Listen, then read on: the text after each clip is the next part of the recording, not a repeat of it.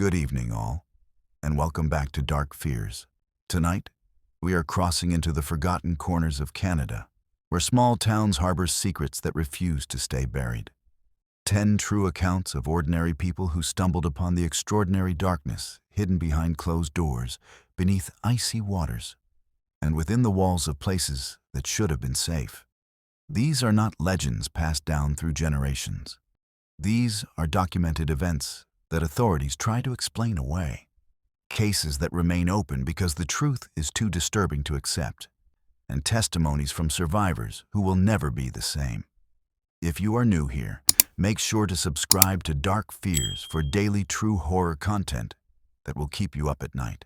Hit that notification bell so you never miss when the darkness calls. Now, let us step into the shadows of small-town Canada, where everyone knows your name, but no one speaks of what happens when the sun goes down.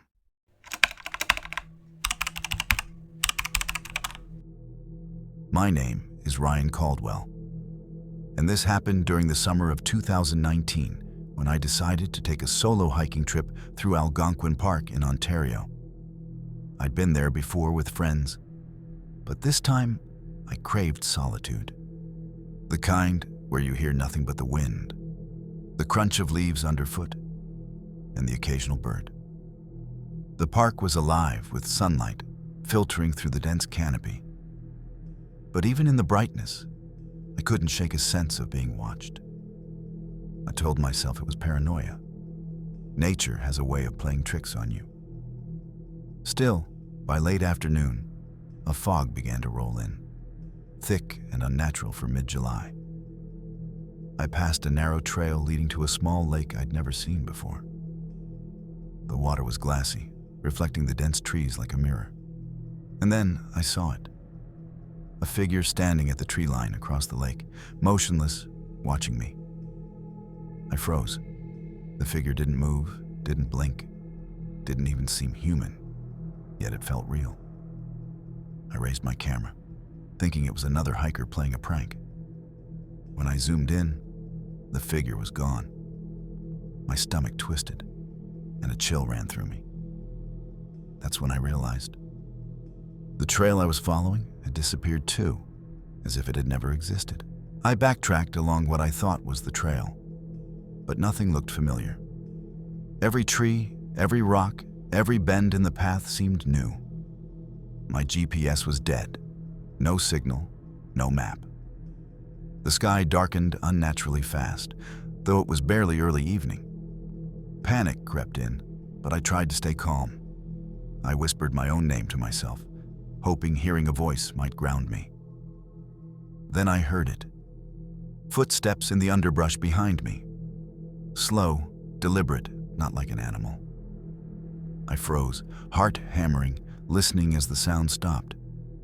I slowly turned. Nothing.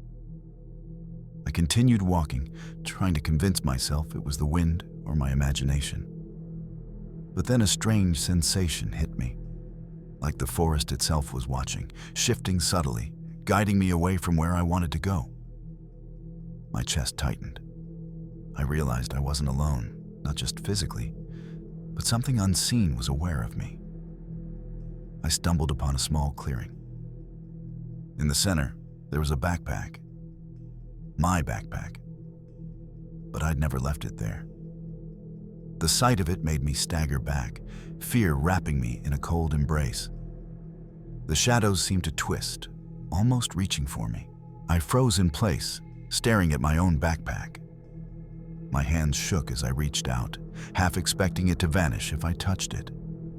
But it was real. Sturdy straps, worn fabric, the smell of pine and dirt clinging to it. How it got there, I had no idea. Suddenly, a soft rustling came from the tree line. I spun around, but there was nothing. Just dense shadows and fog creeping along the forest floor. The footsteps I had heard before returned, faster this time, closer, yet still impossibly quiet. I tried calling out, but my voice caught in my throat. I grabbed the backpack and ran blindly, ignoring the trail, hoping to reach something familiar. The forest seemed to twist around me. Paths I swore I had taken before now led to dead ends or vanished entirely.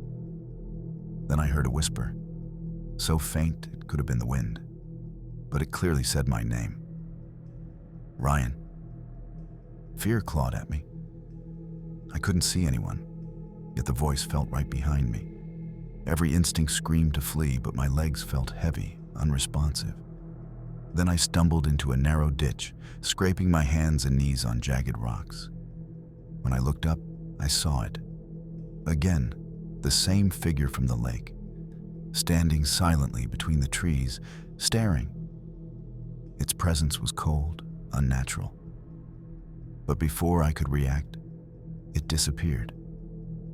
The whispering stopped. The forest fell silent. But I knew it hadn't left.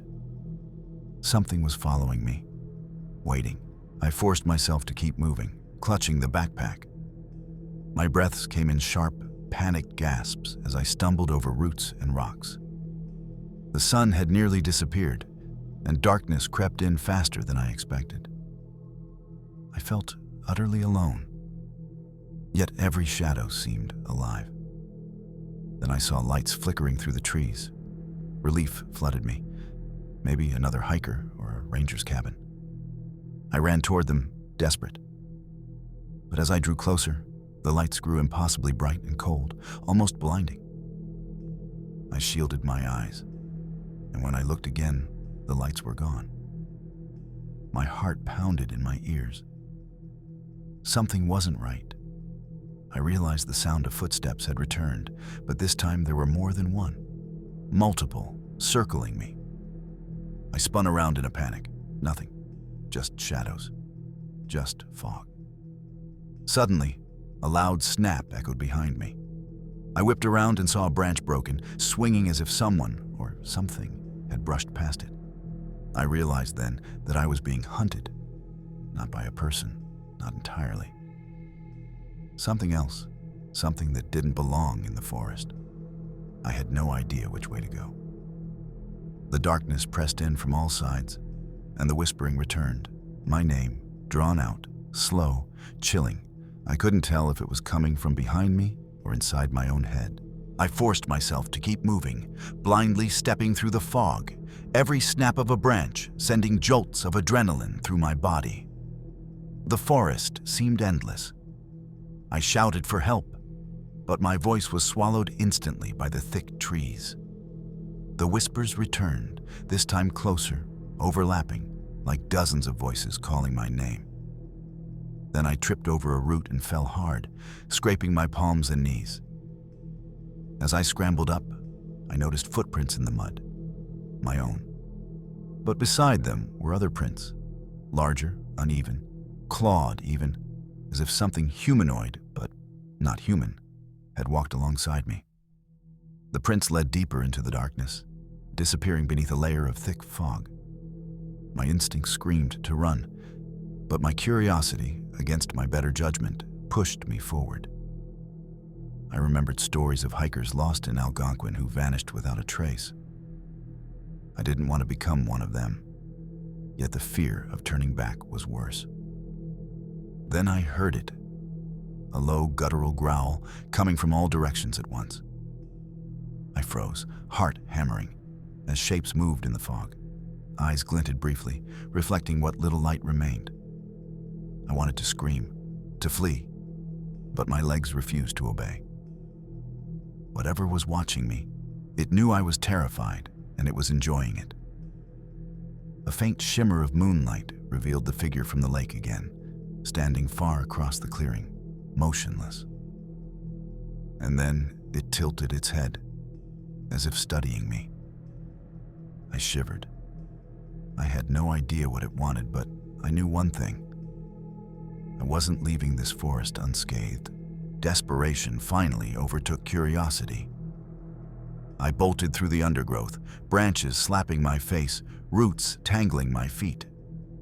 Every sense screamed danger, every shadow seemed alive. The whispers had grown louder, almost chanting my name, overlapping, distorted, like a chorus of unseen predators. I stumbled into a small clearing, the moonlight piercing the fog, revealing something impossible. Dozens of broken branches, bent in unnatural angles, forming what looked like a crude path. It was as if the forest itself had rearranged to guide or trap me. I heard a faint splash behind me. I spun and saw ripples across the lake I had passed earlier. The figure was there, half submerged, motionless, watching. I noticed its reflection in the water. But something was off. Its reflection didn't match its posture exactly. It smirked when its body was neutral, its eyes glimmering with something inhuman. Fear tightened its grip, yet I couldn't look away. I had seen enough to know this wasn't just a person or an animal. This was something else entirely. Ancient and patient. A predator that thrived in Algonquin's shadows. I backed away slowly, clutching the backpack to my chest, realizing that I was no longer a hiker. I was prey. Panic surged again. I sprinted blindly, hoping to find the main trail. But everything seemed distorted. Trees appeared in places I hadn't passed before. Familiar landmarks vanished. My legs ached, my lungs burned, and the whispers became frantic, urgent, surrounding me from all sides. Then I tripped into a ditch, sprawling across damp leaves. My backpack fell beside me. As I scrambled to pick it up, I realized it had opened on its own. Inside was a small, carved wooden figure. A crude human form, its eyes hollow and dark. I hadn't packed this. Suddenly, the figure moved. Not in reality, but in my hands. It tilted its head toward the forest, as if pointing. I jerked back, dropping it. The whispers became louder, almost chanting. "Follow, follow, follow." I looked up and saw the path ahead illuminated faintly by an unnatural glow. The fog seemed thinner there, the trees bending toward the trail. I wanted to run the other way, but something compelled me to follow. Each step was terrifying, each sound amplified in the oppressive silence. Then I heard a voice, clear and sharp, above the whispers. "You're almost home, Ryan." I froze. My blood ran cold. How did it know my name? And what did it mean by home? I hesitated, my hands trembling, staring at the faintly glowing path.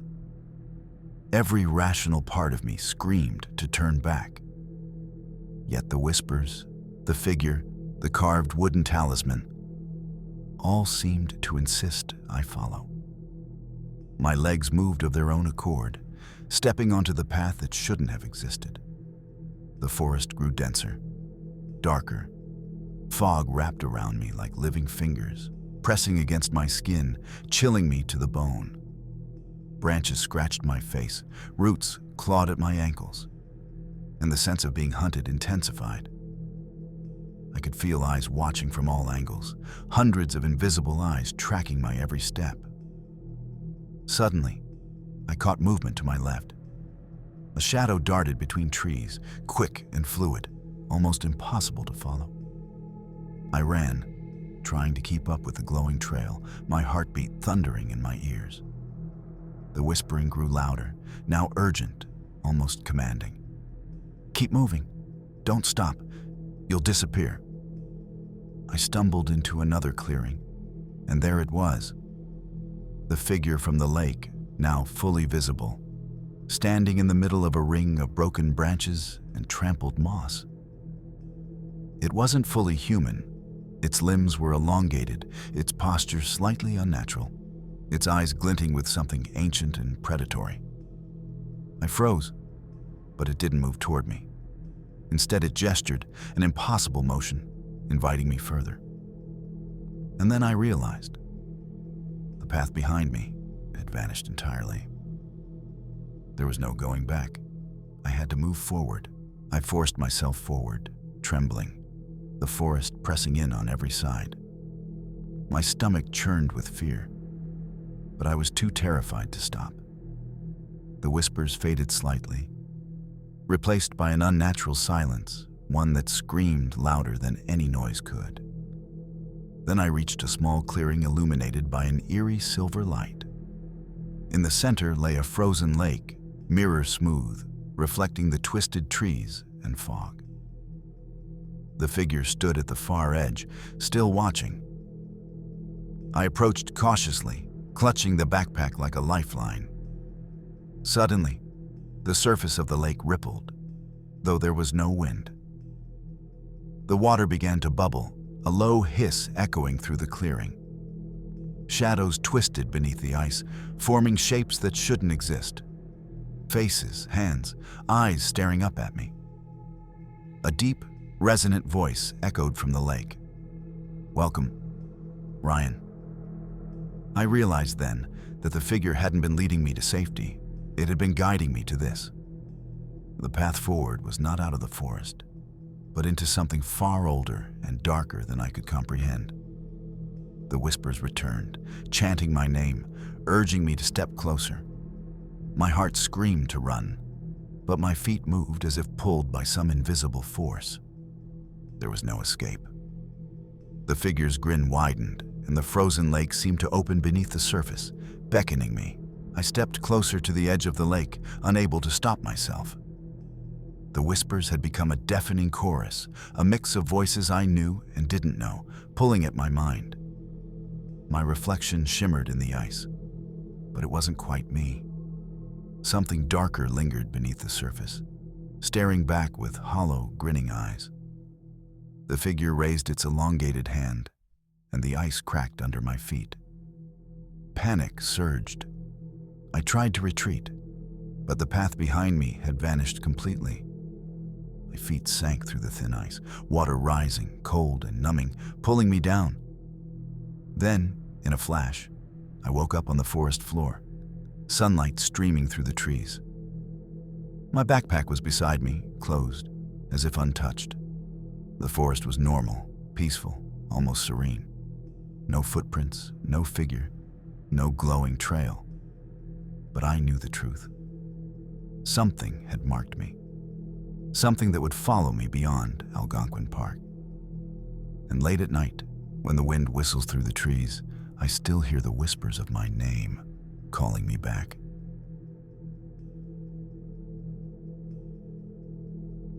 My name is Emily Dawson, and this happened in the winter of 2020. I had rented a remote cabin in northern Ontario, far from any town or road, looking for a quiet retreat to finish my novel.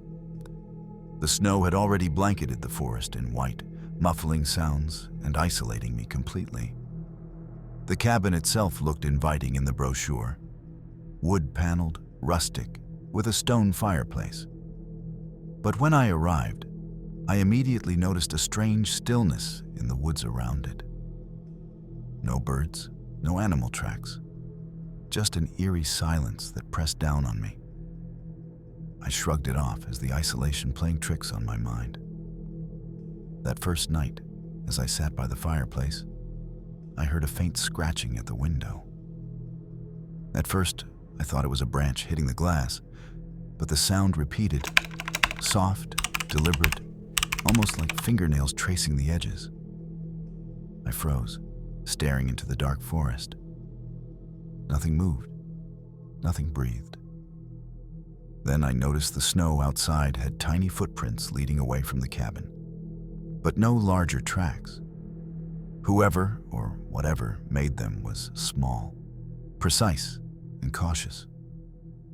My heart pounded as I realized the footprints didn't lead toward the woods. They disappeared into the forest, but I could sense them watching me. I tried to convince myself it was just an animal, yet a chill ran down my spine. Something felt wrong. Something was waiting. The first night was restless. Every creak of the cabin felt amplified. Every gust of wind sounded like whispering voices. I checked all the locks repeatedly, but it didn't help. The feeling of being watched never left. The next morning, I ventured outside, determined to find the source of the footprints. The snow was untouched, except for those small, strange tracks. I followed them for a while, and they led to the edge of the trees, then vanished entirely. There was nothing there. No disturbed branches, no animal dens, no sign that anyone or anything had passed.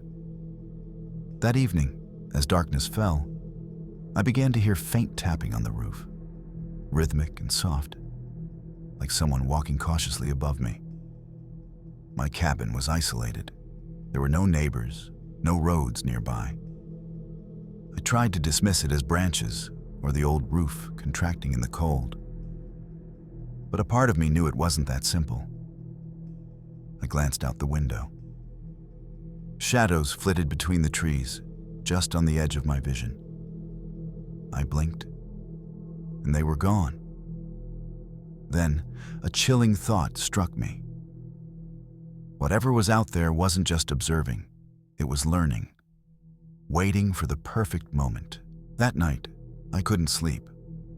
Every snap of a branch, every whisper of wind through the trees sounded deliberate, as if someone or something was circling the cabin. I tried to tell myself it was just the isolation messing with my mind. But then I heard it.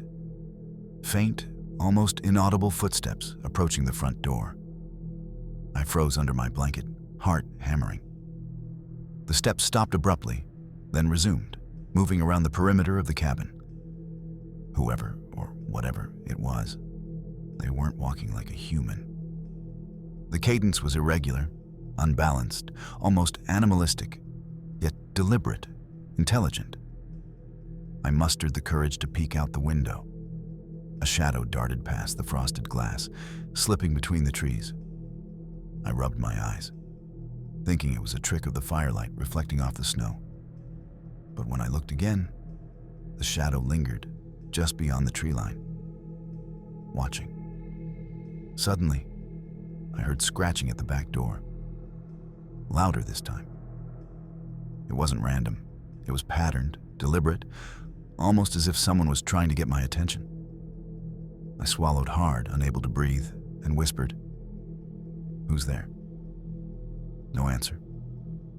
Only silence, thick and suffocating, followed by a faint whisper that seemed to echo from the trees themselves. "Don't leave." My blood ran cold. I wasn't alone. And the thing outside didn't want me to leave. I didn't sleep at all that night. The footsteps and whispers continued intermittently, always outside, always just beyond the reach of light. By morning, exhaustion had dulled my senses, but my terror hadn't faded. Determined to stay rational, I decided to explore the surrounding woods during daylight. The forest looked serene now, glittering under the morning sun, but the sense of unease persisted. I found the footprints again, small, precise, unhuman. They led deeper into the woods and then vanished abruptly at the edge of a frozen pond. I circled the pond, hoping to find another clue. That's when I noticed something carved into the frozen ice. A symbol, crude but intentional, like a humanoid figure with elongated limbs etched into the surface. My stomach churned. No human would carve something like that here, not in this isolated wilderness. Suddenly, a loud snap echoed from behind. I spun, heart in my throat. Nothing. Just the trees, swaying, indifferent, or so I hoped. The air grew colder, heavier, almost pressing against me. I realized then that the forest itself wasn't natural. Something watched. Something ancient. Something that had been waiting for me. That night, the terror escalated. The cabin seemed alive, groaning with unnatural sounds. Footsteps circled the walls, pauses perfectly timed to my own movements. The scratching returned, now accompanied by faint whispers. My name, drawn out, almost pleading. I gathered my courage and opened the front door, hoping to confront whoever it was. The snow outside was pristine, untouched, except for the same small footprints. They led straight into the woods and then stopped. Nothing moved, but the forest seemed different, darker, almost sentient. I went back inside, locking every door and window, but the sense of being watched intensified. Then I noticed something terrifying. My reflection in the cabin's old mirror wasn't quite right. For a brief second, my eyes seemed hollow, my expression twisted in a silent scream. I blinked, and everything was normal again. I realized I wasn't just being watched from outside. Whatever this was had found a way inside my mind. The isolation had made me vulnerable, and now I was being toyed with, tested. The line between reality and nightmare blurred. I didn't know how much longer I could endure this. The night stretched endlessly, each creak and groan of the cabin echoing like a scream in my skull. I tried to stay awake, pacing back and forth, clutching my laptop and notebook like talismans of reality. Every so often, I would glance toward the window, half expecting to see the shadowy figure I had glimpsed the first night. Then I heard it. Footsteps above me. Slow, deliberate, moving across the ceiling as if someone, or something, was pacing deliberately to unsettle me. My stomach lurched. There was no attic, no second floor. No way anyone could be up there. Yet the sound persisted, circling in a rhythmic pattern. It stopped abruptly, then began again, closer to the edge of the roof, as if waiting for me to respond. I pressed my back against the wall, trying to breathe slowly, telling myself it was a roof settling, animals perhaps. But deep down, I knew it wasn't. My instincts screamed that whatever was out there had been observing me long before I arrived. It wasn't just a visitor. It was a predator, and I was its game. I glanced at the mirror again, almost unwillingly. The reflection showed me sitting in the chair, huddled in fear. But behind me, in the corner of the frame, a faint humanoid shadow lingered, slender, elongated, watching, waiting. I blinked, and it was gone.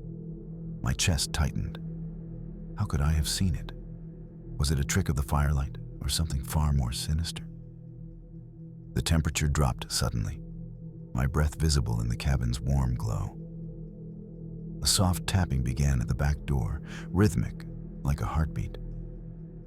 I told myself to ignore it, but curiosity overpowered fear. I slowly opened the door, and the snow outside was untouched. No footprints, no tracks. Just the empty, silent forest, looming like a predator ready to strike. A whisper broke the silence, curling around me from all directions. "You can't leave." My hair stood on end, and I stumbled backward, shutting the door, locking it, shaking. Every rational thought had fled. Something was trying to communicate, to manipulate me. And I didn't know why, or what it wanted. Hours passed, or maybe minutes. Time had no meaning here. Every sound became a signal, every shadow a threat. Then I heard it. Faint scratching at the window. Not random, not natural. Each tap was deliberate, forming a rhythm almost like a message, an urgent code meant to be understood. Summoning every ounce of courage, I crept toward the window, peering through the frosted glass. I saw a small figure crouched in the snow. Humanoid, but distorted, its limbs oddly long and thin. Its head tilted unnaturally as it stared directly at me, impossibly still yet alive, with an intent that made my skin crawl. Before I could react, it vanished into the darkness of the trees, leaving only the untouched snow behind. My pulse raced. The footprints were gone, but the knowledge remained. It hadn't left. It was out there, moving, patient, studying me, knowing I had nowhere to hide. I sank to the floor, hugging my knees, feeling utterly exposed. I realized I wasn't alone. Not just in the cabin, but in my mind. the isolation, the forest, the figure, all were part of something larger, something older, something that thrived on fear, and it had chosen me. I knew then that the cabin wasn't a sanctuary. It was a trap, a lure, a place where the forest and whatever haunted it could close in, unseen, and study its prey until it was ready to strike. I couldn't stop thinking about the figure, the whispers, the strange symbols in the snow. Sleep was impossible. My eyes kept darting to the windows, to the ceiling, to every shadow. I knew instinctively that to close my eyes was to invite it in, and yet exhaustion pressed down on me like a heavy weight. By early morning, I resolved to leave the cabin, to escape the nightmare before it consumed me. I packed essentials, ignoring my trembling hands, and opened the door. The snow outside was untouched. No footprints, no tracks, no path. The forest stretched endlessly in all directions, silent, patient, waiting. I tried to follow the direction I thought led to the road. Every step was agonizing. The snow seemed to resist me. The wind whispered my name in 100 overlapping voices. Then I saw it. The small figure crouched atop a tree branch, motionless, watching, its head twisted unnaturally, almost human but not, as if mocking my fear. I ran, heedless of the snow and ice. Each step felt heavier, slower. I realized the cabin was no longer behind me. It had vanished. In its place was a hollow clearing, with the snow pristine and undisturbed. No sign I had ever been there. Panic surged. Had I imagined everything? Or was this the work of something that bends reality itself? Then I felt it. Eyes on my back. Not far, not hidden. Close, breathing down my neck, waiting for me to falter. I couldn't turn. I couldn't stop. My chest burned as I pushed forward, deeper into the forest, every step taking me further from reality, further from safety. The forest seemed to stretch on endlessly, shadows twisting unnaturally, branches reaching like skeletal fingers. My legs burned, lungs screaming for air, but I couldn't stop. Every instinct screamed that I was being guided deeper, not out, yet I felt powerless to resist. The whispers returned, louder now, more urgent, swirling through the trees in overlapping tones that made my head spin. Don't leave. You're ours. Each word felt like a physical blow, pressing against my skull. I stumbled over roots and ice, falling hard onto the snow. When I looked up, the figure was closer, standing just beyond the trees, perfectly still, its elongated limbs bending in ways that defied human anatomy. I scrambled to my feet and ran blindly. The snow around me began to ripple, like liquid ice, distorting beneath my feet. It was as if the forest itself was alive, responding to the presence of this thing. I realized with a cold clarity that nothing in this forest was normal. Every tree, every shadow, every sound existed to trap and torment me. Suddenly, I caught sight of another symbol etched into a frozen log, identical to the one on the pond. This time, it was glowing faintly, pulsating like a heartbeat. My breath hitched. The forest had marked me, branded me, and now it was calling me to the final encounter. I wanted to scream, to run in another direction, but the forest bent around me. There was no other path. The figure stepped from the shadows, taller than before, its face partially illuminated, revealing hollow eyes that shimmered with a malevolent intelligence. My heart stopped. I was trapped, utterly alone, and completely at the mercy of something ancient. I stood frozen, the figure advancing slowly, deliberately, each step causing the snow beneath it to shift and shimmer unnaturally. I realized then that this wasn't just a predator. It was something older than the forest itself. something that had existed here long before humans set foot in these woods. I tried to speak, but my voice was a whisper. Who? What are you? The figure tilted its head, and the forest around me responded. Trees groaned, branches twisted, and the shadows deepened. The whispers became voices, chanting in a language I didn't recognize, a rhythmic, hypnotic cadence that made my knees buckle. I fell to the snow, clutching the glowing symbol, feeling its warmth seep into my fingers, an anchor against the madness surrounding me. It reached out a hand, impossibly long, fingers curling toward me. I wanted to run, but the forest had removed any escape. The trees shifted subtly, closing in, guiding me closer to the figure. My mind screamed, telling me this was a trap. But a part of me wanted to understand, to see what this entity truly was. Then I saw it. Within its hollow eyes, reflections of the cabin, the pond, and every terror I had faced.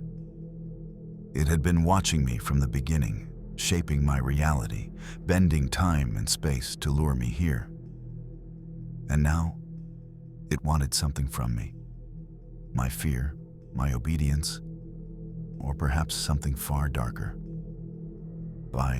I grasped the glowing symbol tighter, willing it to protect me. The figure stopped mere feet away, its hollow gaze fixed on me. The whispers rose into a deafening crescendo, and the ground beneath me trembled. Then, in an instant, the forest fell silent. I felt weightless, like I was suspended between reality and nightmare. The figure bent forward, and I saw its face fully, a grotesque, elongated mask of human features, twisted in perpetual anguish, eyes hollow but glowing faintly. And then it spoke, not with a voice, but inside my mind. You belong here. Panic surged. I hurled the symbol at it, and the world distorted violently. Snow swirled, shadows stretched and snapped, the figure screamed in a soundless wail, and then silence. I woke up on the edge of a road, morning sunlight cutting through the trees. My car was parked exactly where I had left it. The cabin, the symbols, the figure, gone. My hands were clutching the symbol. It was real. Even now, months later, I feel its eyes on me when I'm alone. I can hear whispers in quiet moments, urging me back into the forest. I survived that night, but I didn't escape. Something followed me, something ancient, patient, and unrelenting.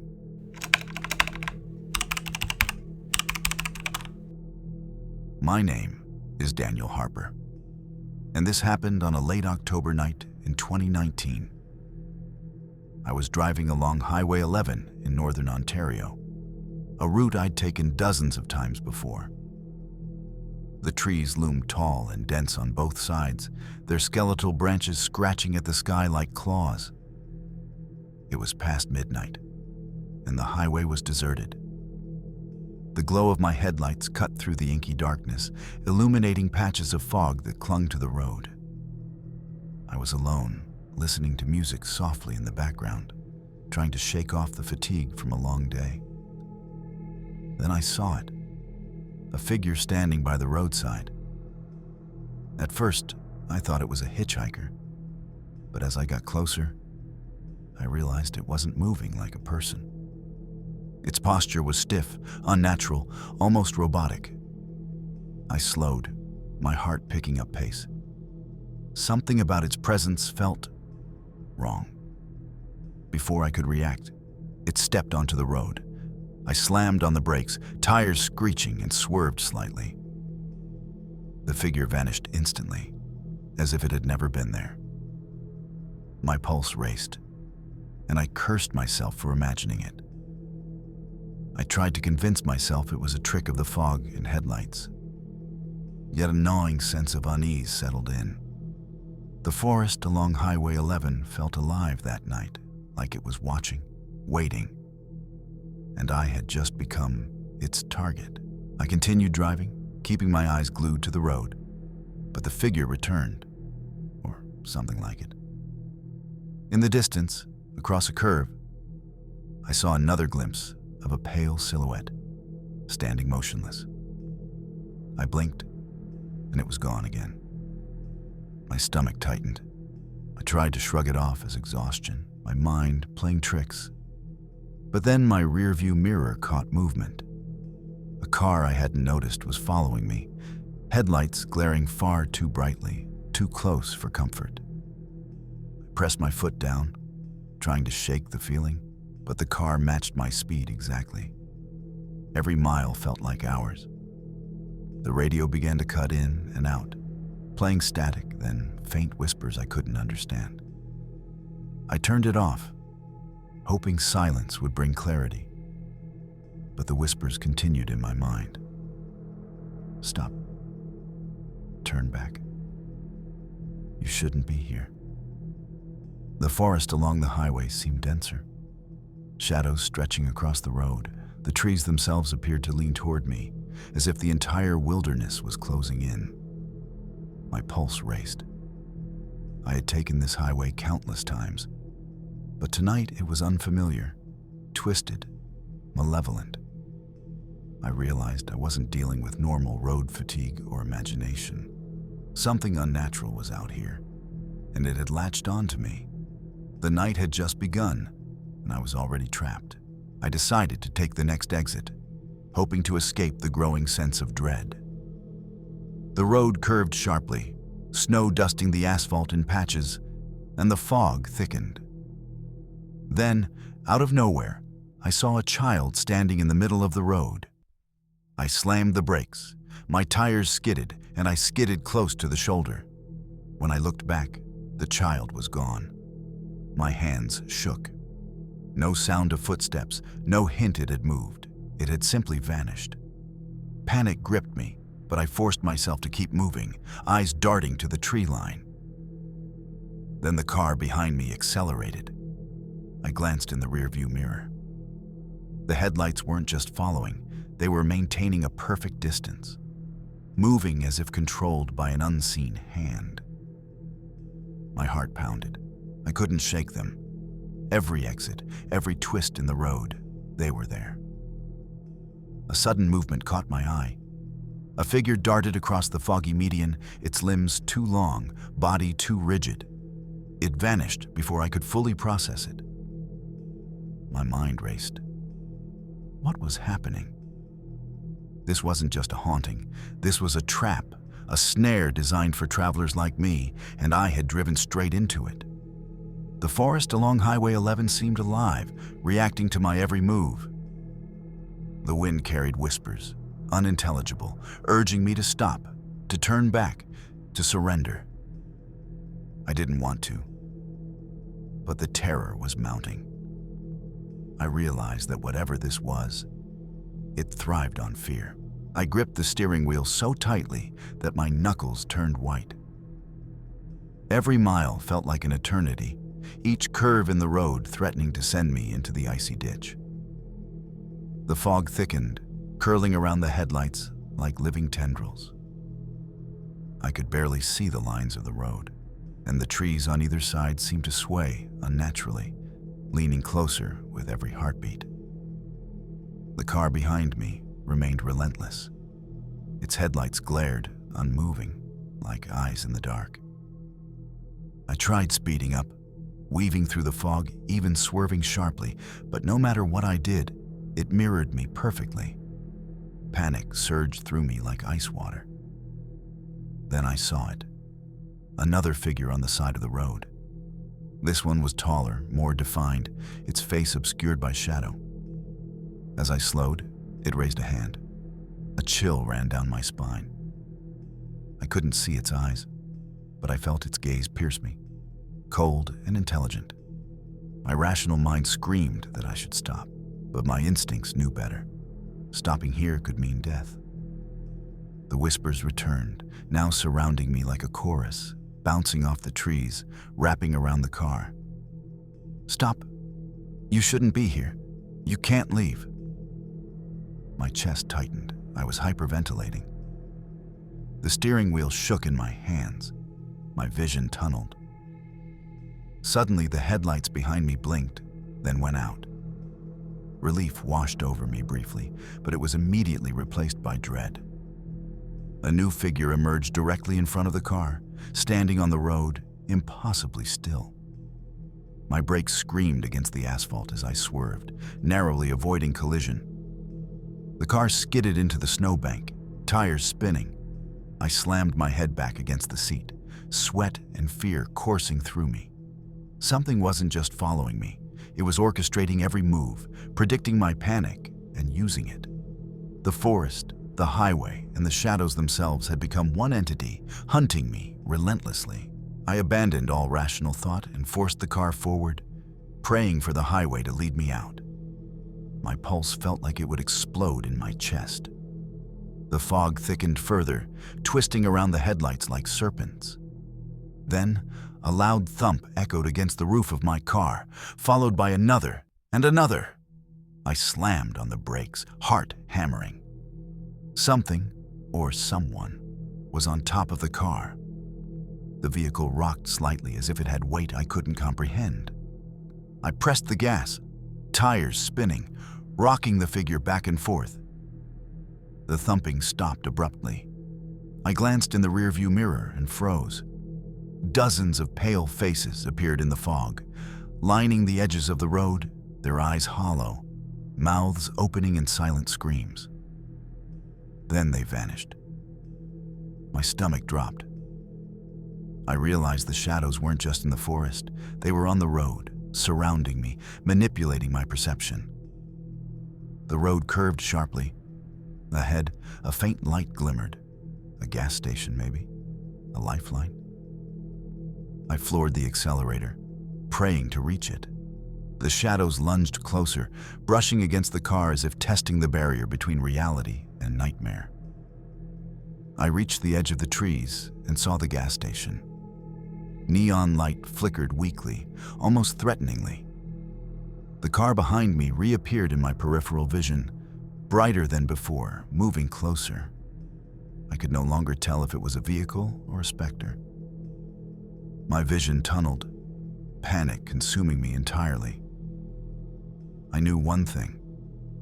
Whatever was chasing me wasn't human, and the forest of Highway 11 had made me its prey. The gas station was closer now, its flickering neon sign barely cutting through the fog. Relief surged, but it was short-lived. The forest along the highway felt alive, pressing in from both sides. The shadows danced unnaturally, stretching across the road as if testing me. Every instinct screamed that I wasn't safe yet.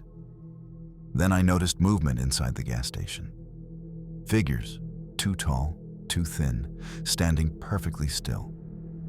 Their faces were pale, blank, and utterly wrong, like wax dolls frozen mid-scream. They didn't blink, they didn't breathe, or at least it seemed that way. My pulse spiked. I slammed the brakes outside the entrance, heart pounding. I tried the door, it was locked. I pounded on it, screaming, desperate. The figures didn't react. Then I heard a voice behind me, soft, but cutting through the fog. "You shouldn't have come here." I whipped around. The car behind me had reappeared, engine idling silently. Yet its headlights burned brighter than any natural light should allow. The shadows emerged from the fog, moving unnaturally fast. They surrounded the car, but I couldn't see where they ended and the forest began. I realized with horror that the figures in the gas station and the shadows outside were connected. Extensions of the same entity. A consciousness that controlled everything along this stretch of Highway 11. Panic clawed at my mind. I couldn't escape, couldn't outdrive it, couldn't reason with it. With shaking hands, I glanced back to the rearview mirror. One shadow stood directly behind the car, its head tilted unnaturally, hollow eyes locking onto mine. Time slowed. I knew this was the final confrontation. I tried to restart the car. The engine roared to life, tires spinning in the snow. But the shadows moved with it, sliding over the asphalt with impossible speed. The figures in the gas station seemed to stretch, their limbs extending toward me, merging with the fog, reaching through the barriers of reality. The voice whispered again, inside my head this time. "You can't leave." I screamed, pounding the steering wheel, slamming my foot down. The fog swirled violently, obscuring the road. I could see nothing but a tunnel of shadow, punctuated by glowing eyes. My vision blurred with sweat and terror. Then the windshield cracked. I ducked instinctively. A pale hand, impossibly long, slammed against the glass, then disappeared as if it had never existed. I slammed the brakes, spinning the car, tires skidding across ice and snow. I couldn't escape. There was no road left. Suddenly, a faint, eerie light appeared far down the highway. It was soft, warm, like the sun breaking through a storm. My mind screamed that it was the only way out. I floored the gas pedal and headed toward it, weaving through shadows that seemed to slither and bend around the car. The forest, the figures, the fog, they all reacted, shifting and twisting in ways no normal forest ever could. The entity controlling this stretch of Highway 11 had made the night its hunting ground, and I was its prey. The light grew brighter, and I realized it was a small rest stop at the side of the highway. I skidded to a halt, heart pounding, shivering, frozen in terror. The fog seemed to recoil slightly from the light, giving me the first moment of clarity I'd had all night. I jumped out of the car, running toward the rest stop. The shadows hesitated at the edge of the light, writhing like living smoke. I dared to glance back. The car behind me had vanished. No headlights, no engine sound, nothing.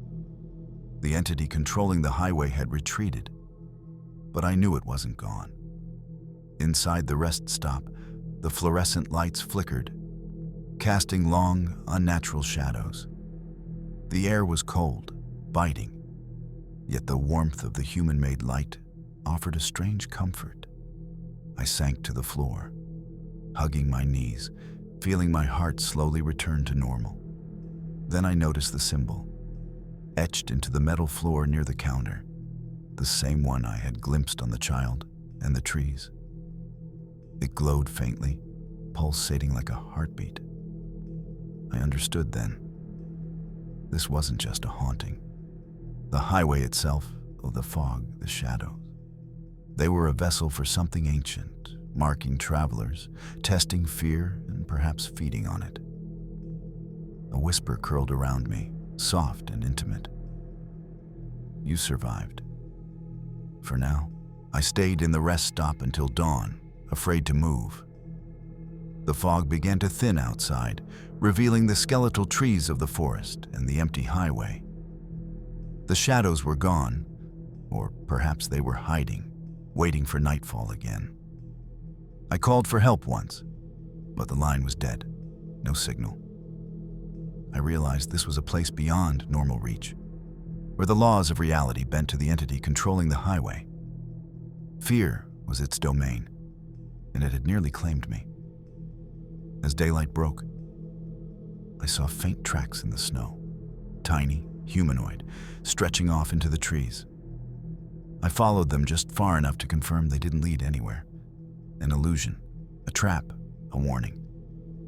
Whoever or whatever was out there, it was patient, waiting for the next traveler to drive into its domain. Even now, I can't drive Highway 11 at night without feeling its gaze. The forest, the fog, the shadows, they remember me. They whisper my name in every gust of wind. I survived, but only barely. And I know the entity is still there, waiting for someone else to wander too far into its territory. Weeks later, I tried to report the encounter. Locals told me the area was known for strange disappearances, for fog that seemed alive. for travelers who vanished without a trace. Some said the forest along Highway 11 had always been cursed. Others whispered of an ancient entity that feeds on fear. I returned once, during the day, and the road looked perfectly normal. No fog, no shadows, no signs of the terror I had faced. I realized the entity existed between perception and reality, surfacing only when the mind is vulnerable, when isolation and fear are at their peak. I still drive carefully at night, avoiding that stretch whenever possible. The shadows, the fog, the whispers, they have not left me. They are patient, eternal, and waiting for the next driver foolish enough to venture into their domain. I survived, but the memory of Highway 11 will haunt me forever.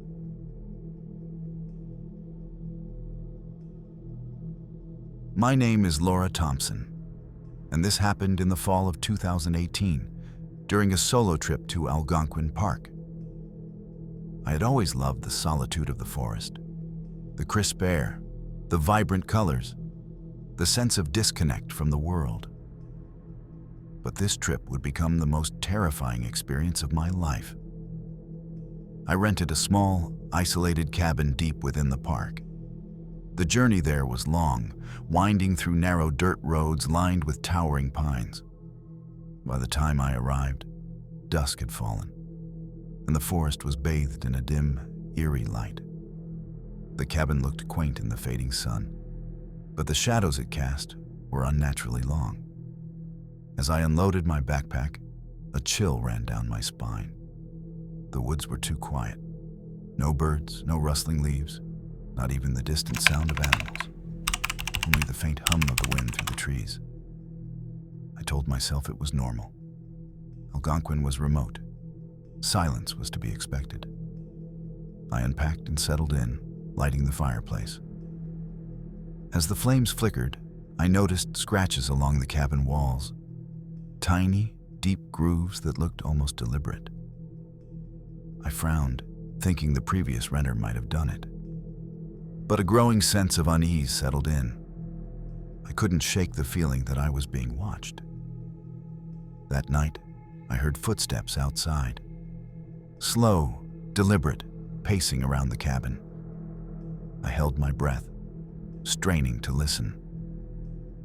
When I finally mustered the courage to look out the window, nothing was there. Just shadows dancing among the trees.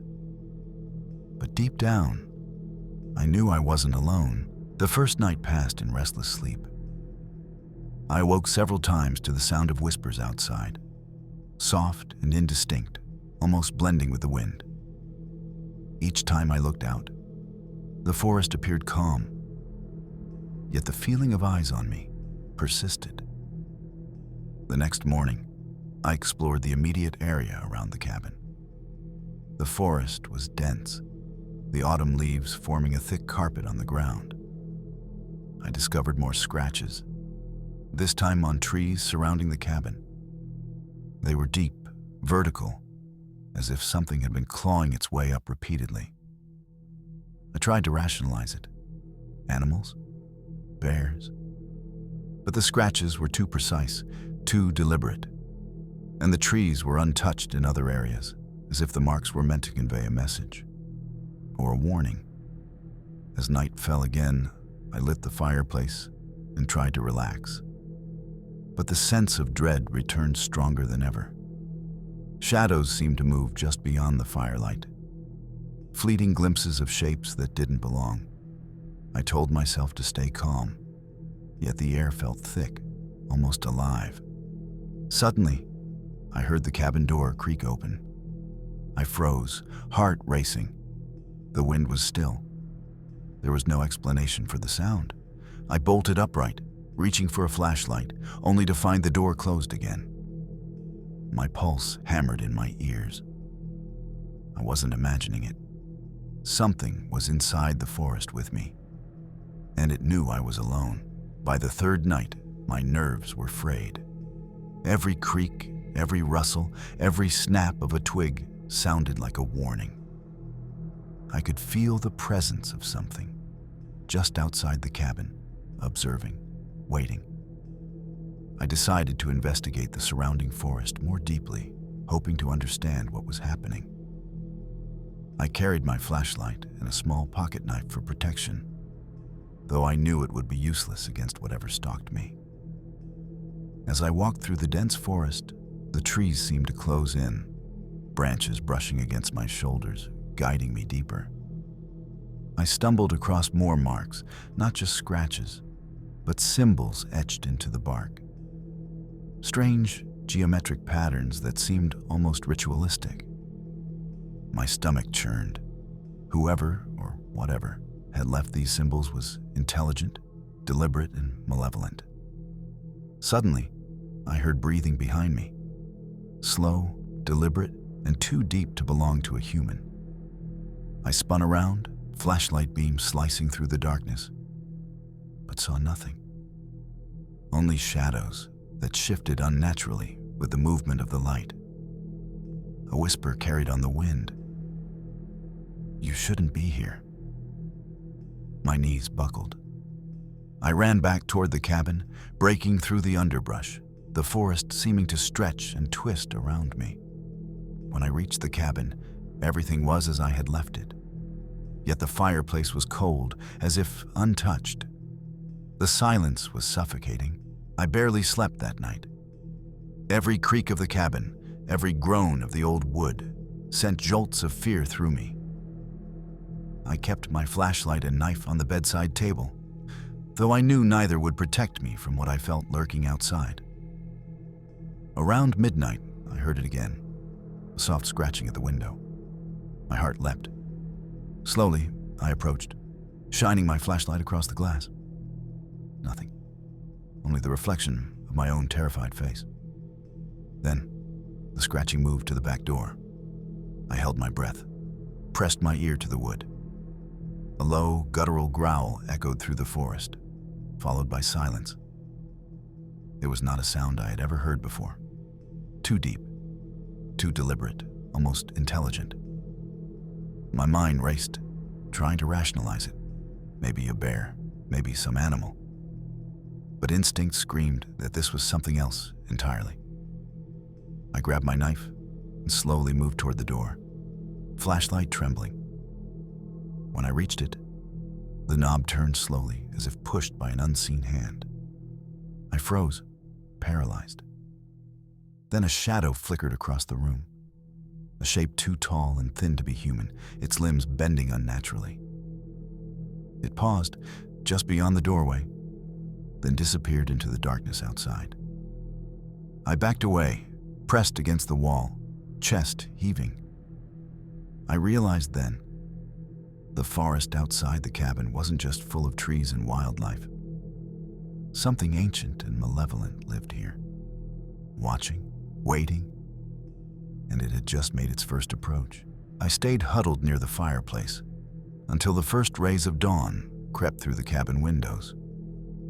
The forest outside seemed calmer, almost normal, but I knew better. The feeling of being watched hadn't gone. It was patient, lurking beyond the edge of perception, waiting for nightfall. I decided I couldn't stay inside the cabin any longer. I needed to understand what I was dealing with. Stepping outside, the crisp fall air hit me, but it did nothing to calm my nerves. The forest was quiet, too quiet, and the air smelled faintly of decay. As I walked a few meters from the cabin, I noticed footprints in the soft ground. They were human-like, but elongated, distorted, as if whoever or whatever made them had been stretched by some unnatural force. My heart raced. The prints led deeper into the forest, circling the cabin, then vanished abruptly. A sudden rustle in the trees made me spin. I caught a glimpse of movement, something crouched, watching, almost blending perfectly with the shadows. It vanished as quickly as it appeared, leaving only a lingering sense of dread. That night, I barricaded the doors and windows.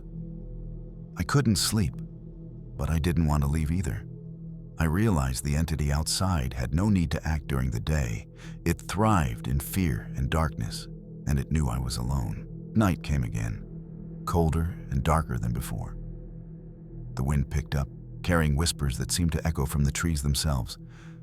Leave. Stay. Watch. My skin crawled. I kept the knife ready, flashlight trembling in my hands. Suddenly, the scratching started again, louder this time, moving along the walls, circling the cabin, then a thump on the roof. I froze. The cabin was old, but it was solid. I knew nothing could climb up there naturally. I pressed my back to the wall, watching, listening. A shadow moved past the window.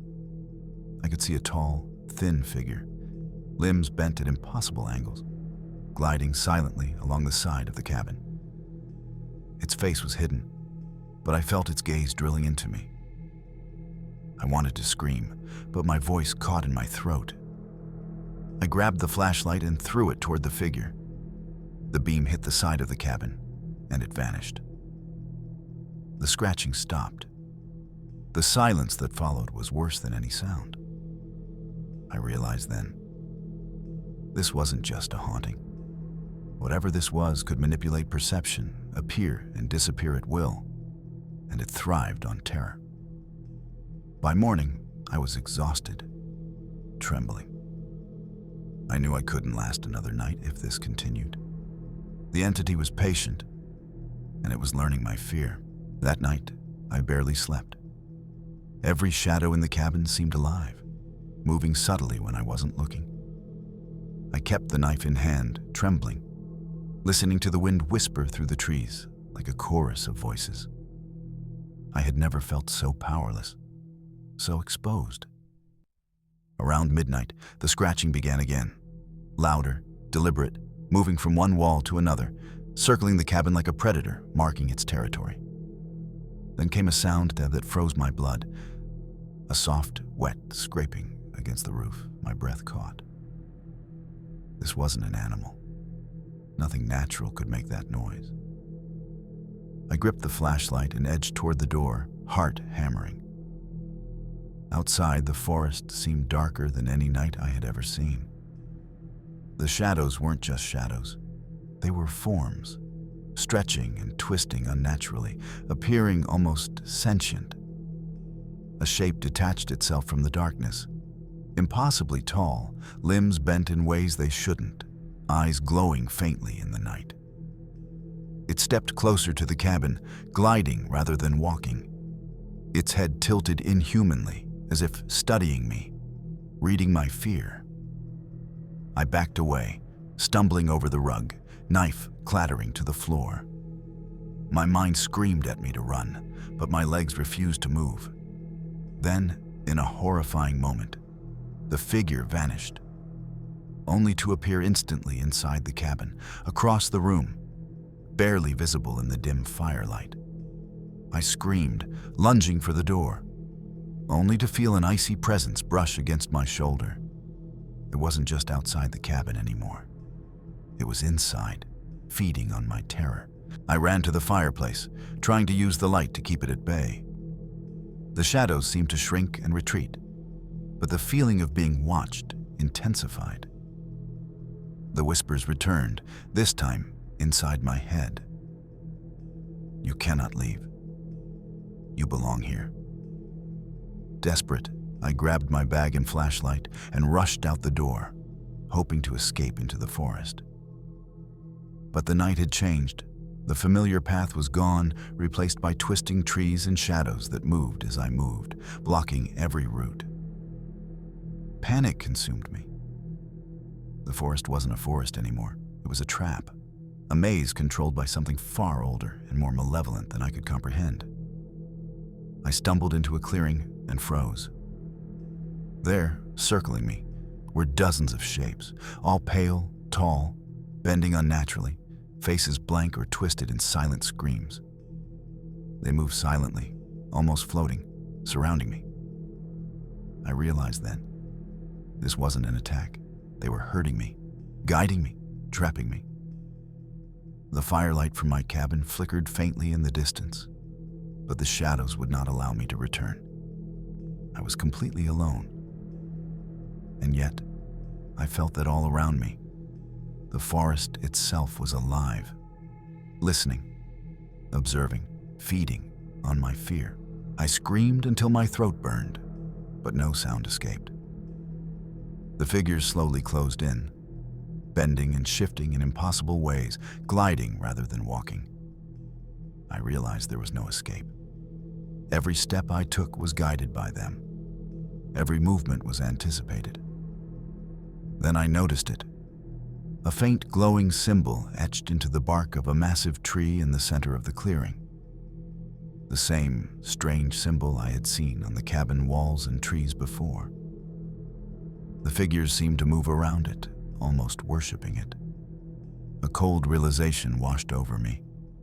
The forest and the entity controlling it were connected to this symbol, a source of its power, and I had stumbled right into its domain. I dropped to my knees, paralyzed with terror, and watched as one of the figures approached. Its elongated hand hovered above the glowing symbol, then turned toward me. Its face, for the first time, revealed something resembling a twisted grin. The whispers grew louder, echoing inside my skull. "You belong to us now. Forever." When I woke, I was inside the cabin again. Morning sunlight streamed weakly through the windows. My backpack and knife were where I had left them, but the scratches on the walls had multiplied, forming new symbols. I never saw the figures again in daylight. The forest looked calm, normal, almost inviting. But I knew the truth. That night, something ancient and malevolent had marked me. It hadn't claimed me completely, but it would always watch, waiting for the next nightfall, waiting for my fear to return. I left Algonquin Park immediately, but I can still hear the whispers when I close my eyes at night. The scratches, the shadows, the symbols, they haunt me still. The cabin, the forest, and the entity are patient. They are eternal. And I know one day, if I return, or if I wander too far into the wilderness, they will come back for me.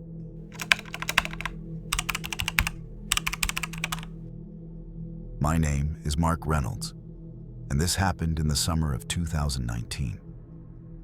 I had been hiking alone in Banff National Park, hoping to escape the chaos of the city and reconnect with nature. I was experienced, or so I thought.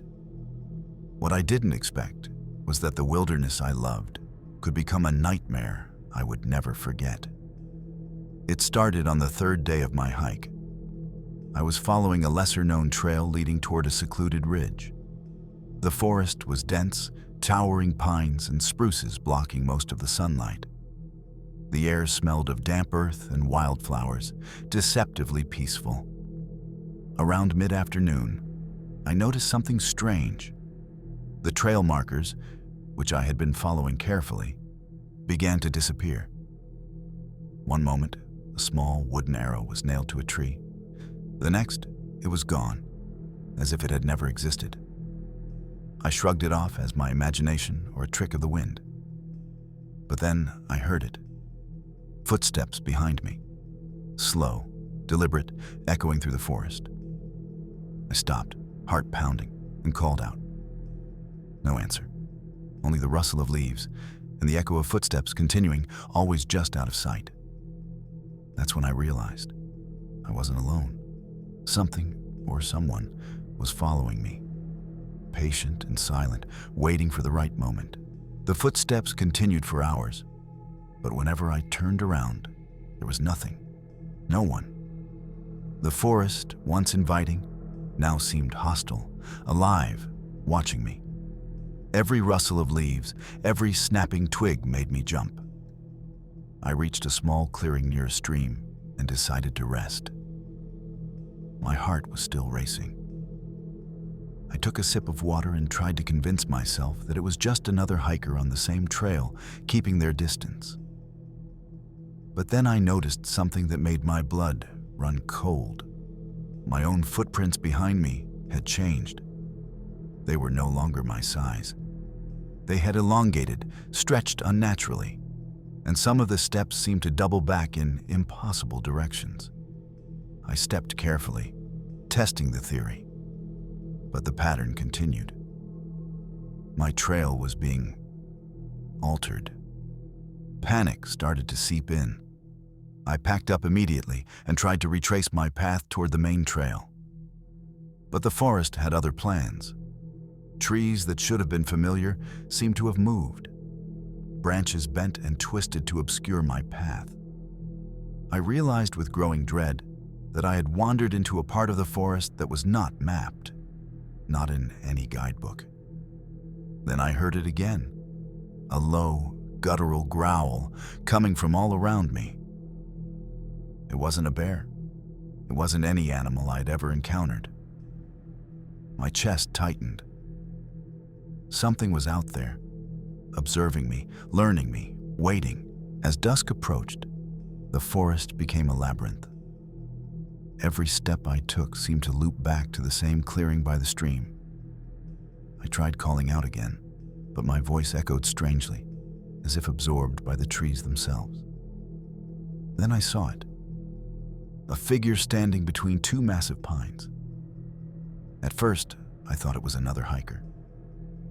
But as I focused, I realized it was too tall, too thin, and moved with a fluidity no human could have.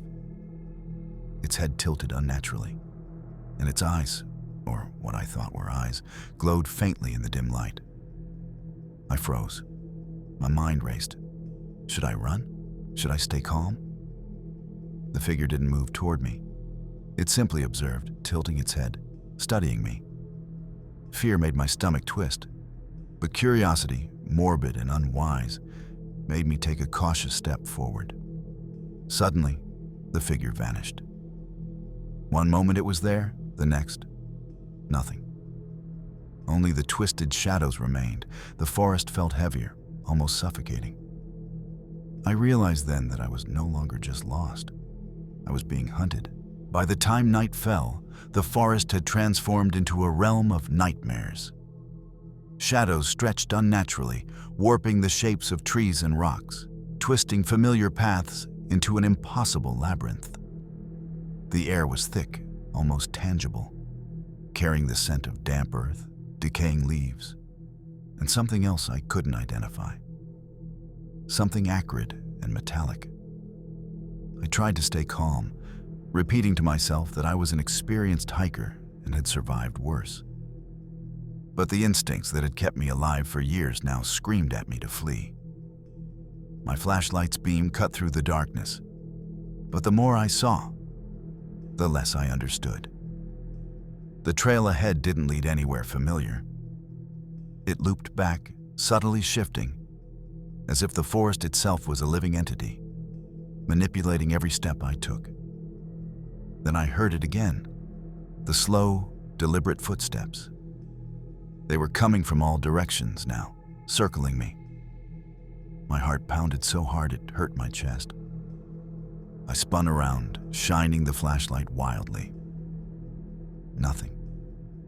Only the rustling of leaves, the snapping of twigs, and the occasional flicker of movement just beyond the light. I noticed the elongated footprints in the soft dirt once more. They were no longer random. They followed me, anticipating my movements, guiding me deeper into the forest. My stomach churned. Whatever was out here wasn't just observing. It was hurting me. Suddenly, a whisper, soft and almost intimate, drifted on the wind. "You cannot leave." I froze, paralyzed. The hairs on my neck stood on end. My mind screamed that I was alone, but every fiber of my being knew I was not. Something ancient, patient, and malevolent was toying with me. I backed toward a fallen log, trying to make sense of the twisting paths. That's when I saw movement. A shadow detaching itself from the trees, too tall and thin to be human. Its limbs bent at impossible angles. It glided silently toward me, eyes, or glowing orbs, locked onto mine. I stumbled back, tripping over roots, my flashlight clattering to the ground. The beam skittered across the forest floor, catching glimpses of more figures emerging from the darkness. They weren't all identical, but each shared the same unnatural qualities. Pale, elongated, bending in ways that defied biology. Panic surged. I ran blindly through the underbrush, branches slapping my face, roots twisting beneath my feet. Behind me, I could hear the soft gliding of feet, or something that mimicked feet, but never touched the ground. The figures moved with a silent coordination, almost as if they were one organism, guiding me toward some unknown destination. Eventually, I burst into a small clearing. Moonlight filtered weakly through the canopy, illuminating a tree unlike any I had seen before. Its bark was twisted, gnarled, and etched with strange symbols, geometric shapes, lines that spiraled impossibly, glowing faintly in the moonlight.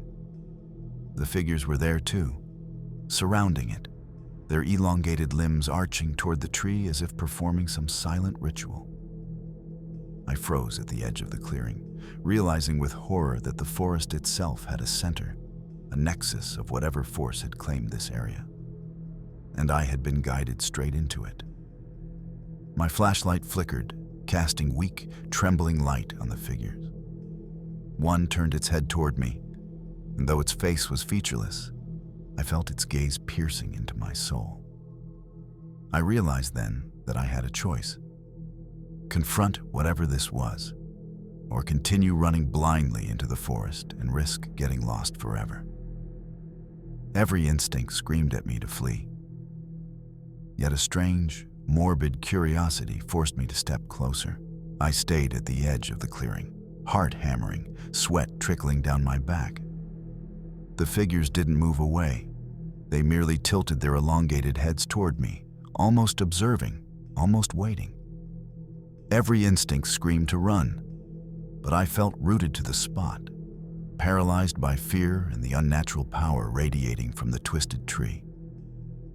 I noticed the symbols on the tree pulsating faintly, glowing brighter with each breath I took. The air grew thick, almost viscous, as though each inhalation was a struggle. A low hum, barely audible at first, rose from the ground, vibrating through the soles of my boots. The sound wasn't coming from the forest. It was coming from inside me. My chest felt heavy, my vision narrowing as panic clawed at my mind. Suddenly, one of the figures stepped closer, gliding across the forest floor without making a sound. Its limbs bent at impossible angles, its height dwarfing me. I could see faint veins beneath its pale, translucent skin. My first thought was to scream, but no sound emerged. My voice was gone. The figure raised an arm, pointing at me, and the symbols on the tree flared. A flash of light blinded me, and in that instant, I felt a tug, a pulling sensation, like invisible hands dragging me toward the gnarled tree. The figures didn't move. They simply hovered, watching as if approving the forest's command. I stumbled backward, tripping over roots and moss-covered rocks. The glowing symbols cast strange shadows that danced across the forest floor, merging with the figure's elongated limbs. Every shadow seemed alive, writhing, reaching out toward me. I ran blindly through the underbrush, branches slapping my face, roots twisting beneath my feet. But no matter how far I ran, I ended up back at the same clearing. The tree, the figures, the glowing symbols, they had manipulated the forest. Every path I thought I had escaped through led me back to them. Panic overtook me entirely. I screamed, not caring if my voice echoed through the cursed wilderness. The figures tilted their heads, silent, almost mocking. Then I noticed something horrifying. The forest itself had begun to change. The trees warped, growing taller and closer together. The moonlight that had guided me vanished, replaced by a suffocating darkness that pulsed in time with my racing heart. I realized then that I was trapped, not just physically, but mentally. The forest had claimed me, bending reality around me, teaching me that escape was impossible. And somewhere deep within, a part of me understood that these creatures, these shapes, were patient. They would wait until I was weak, until I succumbed completely. Hours, or maybe minutes, time seemed to stretch in the forest, passed. I collapsed near a moss-covered rock, gasping for air. The figures hadn't moved, only watching, tilting their heads in unison, synchronized like predators studying their prey. Desperate, I forced myself to stand and examine the tree closer.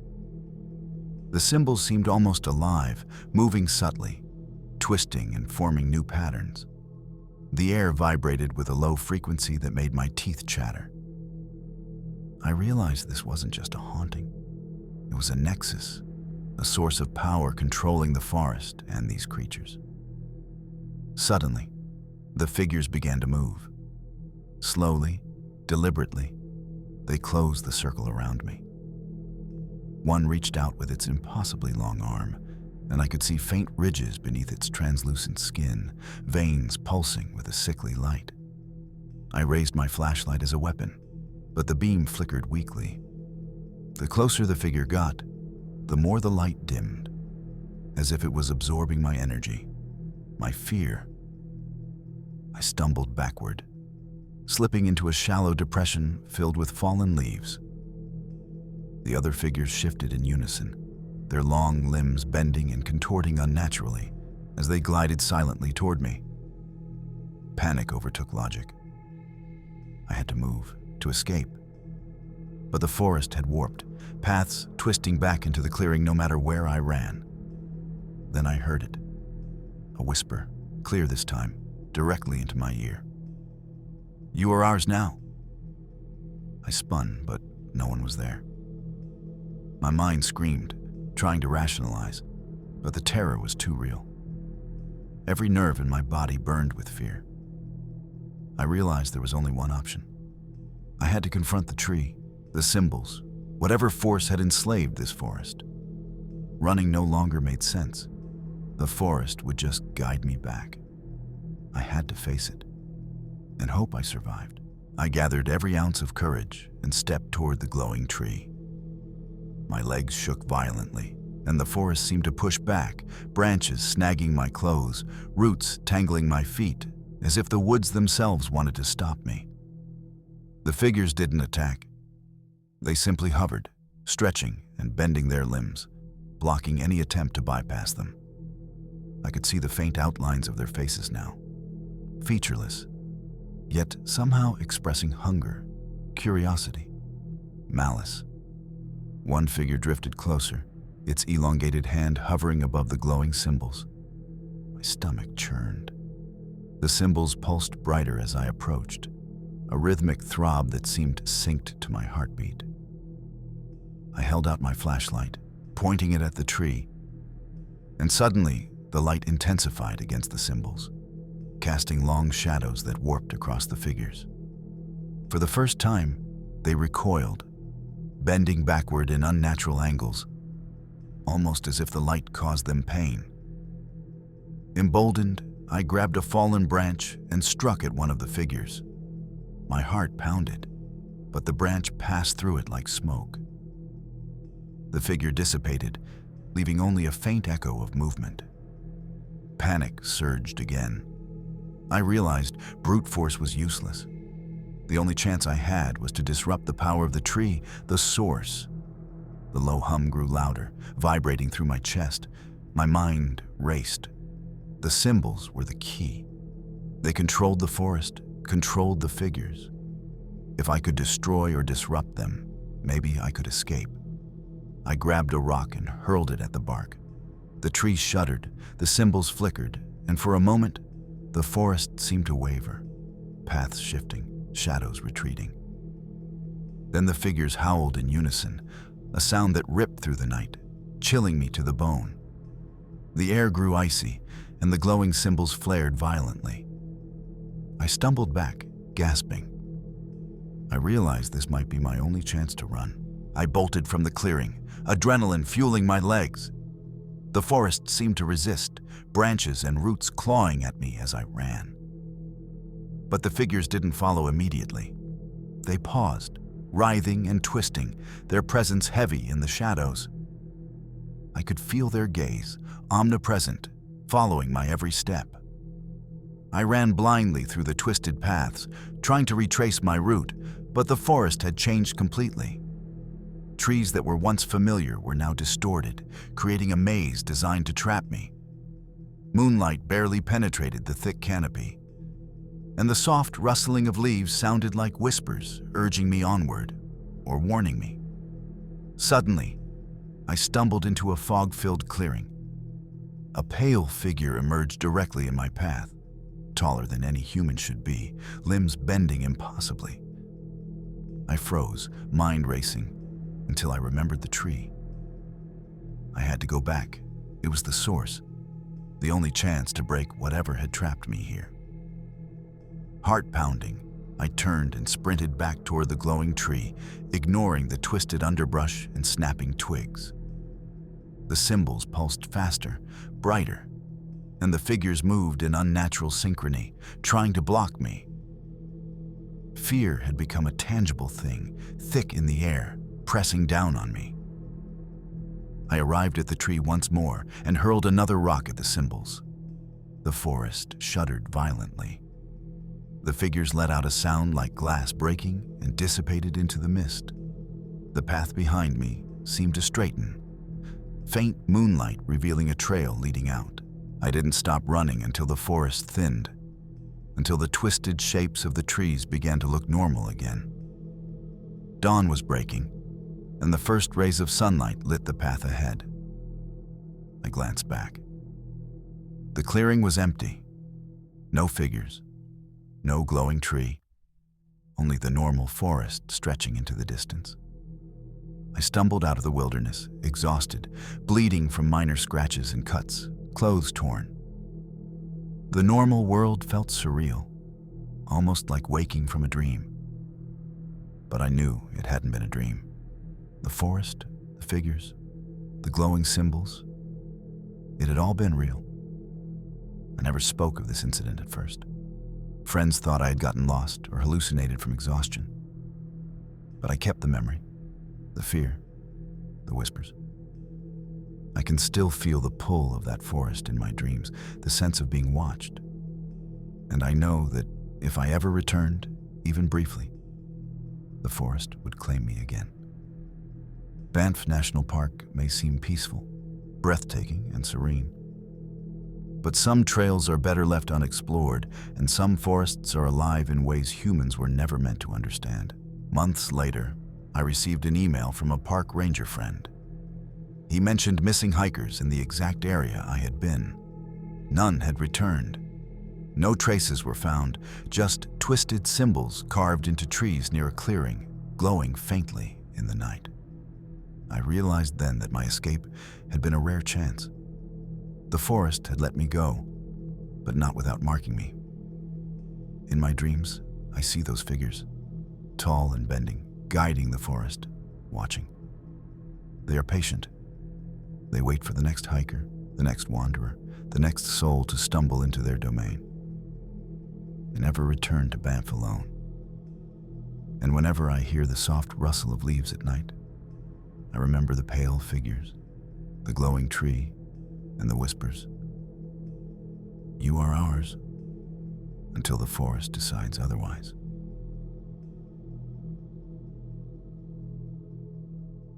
My name is Sarah Mitchell, and I was working as a seasonal caretaker at the Cape Fortune Lighthouse in Nova Scotia during the summer of 2020.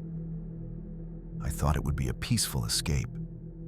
Waves crashing against the cliffs, the salty wind in my hair, and nights under a sky full of stars. But the lighthouse held secrets far darker than I ever imagined. From the first night, I felt it. The oppressive weight of something unseen, something watching me from the shadows. At first, I told myself it was just the isolation, the wind, the creaking of the old wooden structure. But soon, the whispers began. Not outside, inside the lighthouse itself. Faint, almost imperceptible murmurs, like 100 voices layered together calling my name. The caretaker before me had left abruptly, citing personal reasons. But I later learned that no one could explain their disappearance. Local fishermen spoke of strange lights on the cliffs, figures appearing at the edge of the rocks at night, and of a fog that seemed alive, rolling in from the ocean and suffocating anyone who dared approach. On my first night, I explored the lighthouse, climbing the spiral staircase to the lantern room. The ocean stretched endlessly, waves glowing silver under the moonlight. Everything seemed serene, until I noticed something in the glass panels, a reflection that wasn't mine. A shadowy figure, tall and hunched, with elongated limbs, standing behind me, vanishing the moment I turned around. I froze, heart hammering. Was it a trick of the light? My imagination? Or was the lighthouse alive in ways no human could understand? Sleep was impossible. Every creak of the lighthouse, every gust of wind against the windows, made me jump. Around midnight, I heard the whispers again, this time clearer, like faint chanting. I tried to ignore it, telling myself it was just the sound of the waves amplified by the wooden structure. But the voices weren't outside. They were inside my head. I grabbed a flashlight and explored the lower floors. The lighthouse had been abandoned for years before the seasonal caretakers returned, and the peeling paint, rotting wood, and salty dampness gave it an unsettling atmosphere. That's when I noticed scratches on the floorboards, leading toward the storage room. The marks weren't recent. Some were old, blackened with age, but some looked fresh, like something had dragged across the wood only hours ago. As I followed the scratches, the air grew colder. My breath came out in puffs of white, though the interior was warm. A faint smell of decay reached my nose, and I froze. The shadows seemed to stretch unnaturally, bending along the walls. Then I saw it. A figure crouched in the corner, pale, elongated, its limbs twisted. I screamed, but the sound echoed strangely, absorbed by the lighthouse itself. The figure vanished instantly, leaving only the faint sound of dripping water. My instincts told me to flee, but I was trapped inside, the waves outside roaring like a warning. I realized then that this lighthouse wasn't just haunted. Something ancient lingered here, feeding off isolation, fear, and the cold, relentless fog that rolled in from the Atlantic. I decided to leave the storage room and climb to the lantern room again. The spiral staircase seemed endless, the shadows twisting and following me with every step. I reached the top, panting, and looked out over the ocean. The fog had rolled in thick and fast, swallowing the coastline. Then I noticed lights in the mist, flickering strangely, like lanterns floating above the water, moving in patterns that shouldn't be possible. A chill ran down my spine. I remembered the stories. Fishermen had claimed that anyone who approached the floating lights would vanish, swallowed by the fog, never to be seen again. I leaned against the railing and shone my flashlight into the fog. That's when I saw the shadow again. Not on the stairs this time, on the rocks below the lighthouse, standing just at the edge where the waves crashed violently. Its limbs were unnaturally long, bent at odd angles, and it tilted its head as if observing me, studying me. I stumbled back in horror. The fog seemed to swirl around it, almost alive, carrying faint whispers with it. The ocean roared beneath me, waves smashing into the cliffs as if trying to warn me. The figure raised a hand, and I could swear the fog moved with it, curling like a living thing. I realized then that the lighthouse didn't just have ghosts. It was a beacon, attracting something ancient and malevolent, something that fed on the isolated and the unwary. The fog thickened overnight, pressing against the lighthouse walls as if it had a mind of its own. Every sound, the crash of waves, the creak of the wooden staircase, even my own heartbeat, seemed amplified, suffocating. I couldn't sleep. The whispers had returned, louder, sharper, and now unmistakably calling my name. Sarah. Sarah. I grabbed my flashlight and began inspecting the lower levels again, desperate for answers. The storage room scratches were worse now, forming a jagged path toward the basement hatch.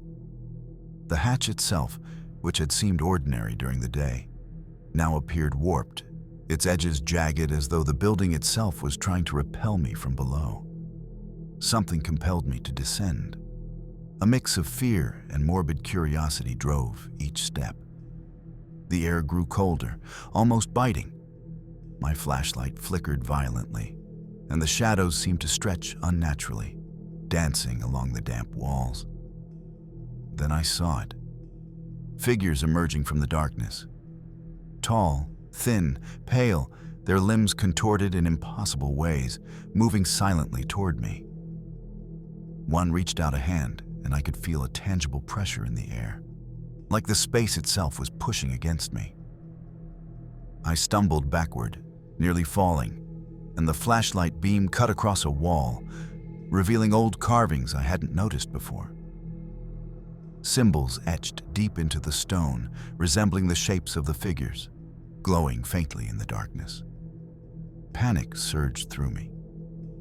I realized the lighthouse itself was alive, or at least the malevolent force inhabiting it was. Every creak, every whisper, every warped shadow was part of it, part of its consciousness. I had stepped into its world, and it was testing me, learning me. I fled up the staircase, my legs burning, the whispers escalating into a deafening chorus.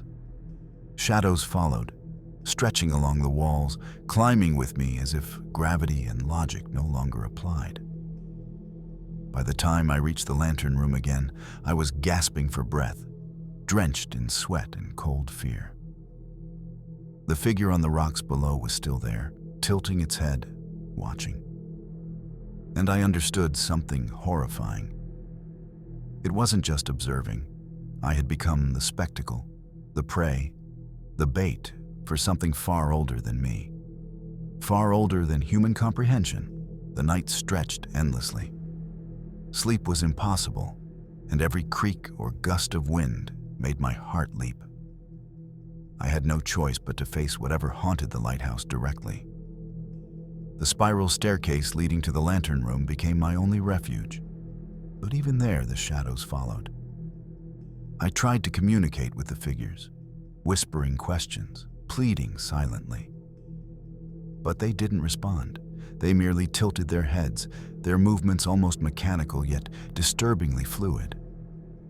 Then one of them glided across the room with impossible speed, standing directly in front of me. Its face was featureless, yet I felt it staring into my mind, probing memories, fears, weaknesses. A strange compulsion overtook me, and I felt myself inching toward the figure, drawn as if the lighthouse itself were pulling me into its grasp. My flashlight flickered and died. Total darkness swallowed the room. The whispering escalated into a cacophony of voices, some pleading, some screaming, some taunting. In the pitch black, I felt the figure touch me. Not physically, but mentally. A pressure in my skull, a freezing sensation that numbed my limbs. I screamed, trying to wrench myself away, and the figure vanished as abruptly as it appeared, leaving only the oppressive silence of the fogs outside and the crashing waves below. I realized then that the lighthouse wasn't just haunted, it was sentient. It fed on fear, drawing strength from isolation, amplifying terror, and somehow, it had chosen me as its temporary prisoner. The thought of leaving felt impossible. Every path I tried led me back, every sound manipulated to confuse me. By the time dawn's first light began to filter through the lantern room windows, I was exhausted, trembling, and mentally frayed. But the figures hadn't disappeared. They had simply retreated into the shadows, waiting for the night to return, waiting for me to falter. The following night, the fog returned thicker than ever, rolling in like a living ocean, swallowing the cliffs and the crashing waves in an eerie gray haze. I tried to ignore it, but instinctively I knew it would be impossible. The lighthouse had changed. The walls seemed closer, the ceiling lower, the shadows deeper and more oppressive. I decided I had to explore the upper balcony, hoping that seeing the ocean in daylight might offer some clarity. The spiral staircase creaked under my weight, but it felt wrong, almost as if the wood itself resisted my ascent. Whispers echoed around me, unintelligible yet urgent, pressing into my skull from all sides. When I reached the balcony, I froze. The fog had taken a shape. Tall, twisting forms, pale and elongated, gliding just above the rocks and waves. They weren't human. Their limbs bent unnaturally, and their heads tilted at impossible angles. They seemed to ripple like liquid, moving in unison, a coordinated mass of malevolence. A chilling realization struck me. The lighthouse had been drawing them here, summoning them, amplifying their power. And now I was the focus of their attention. The whispers grew louder, now coherent, repeating a single phrase in unison.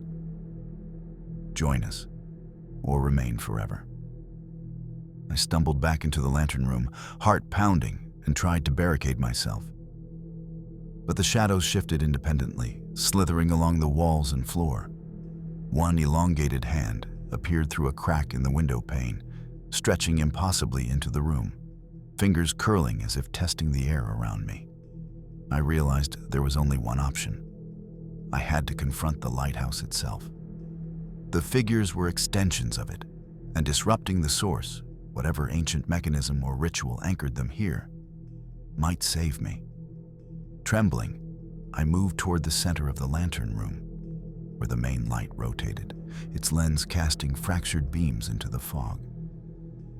I stared at the massive lens, recalling old nautical maps and legends of the lighthouse.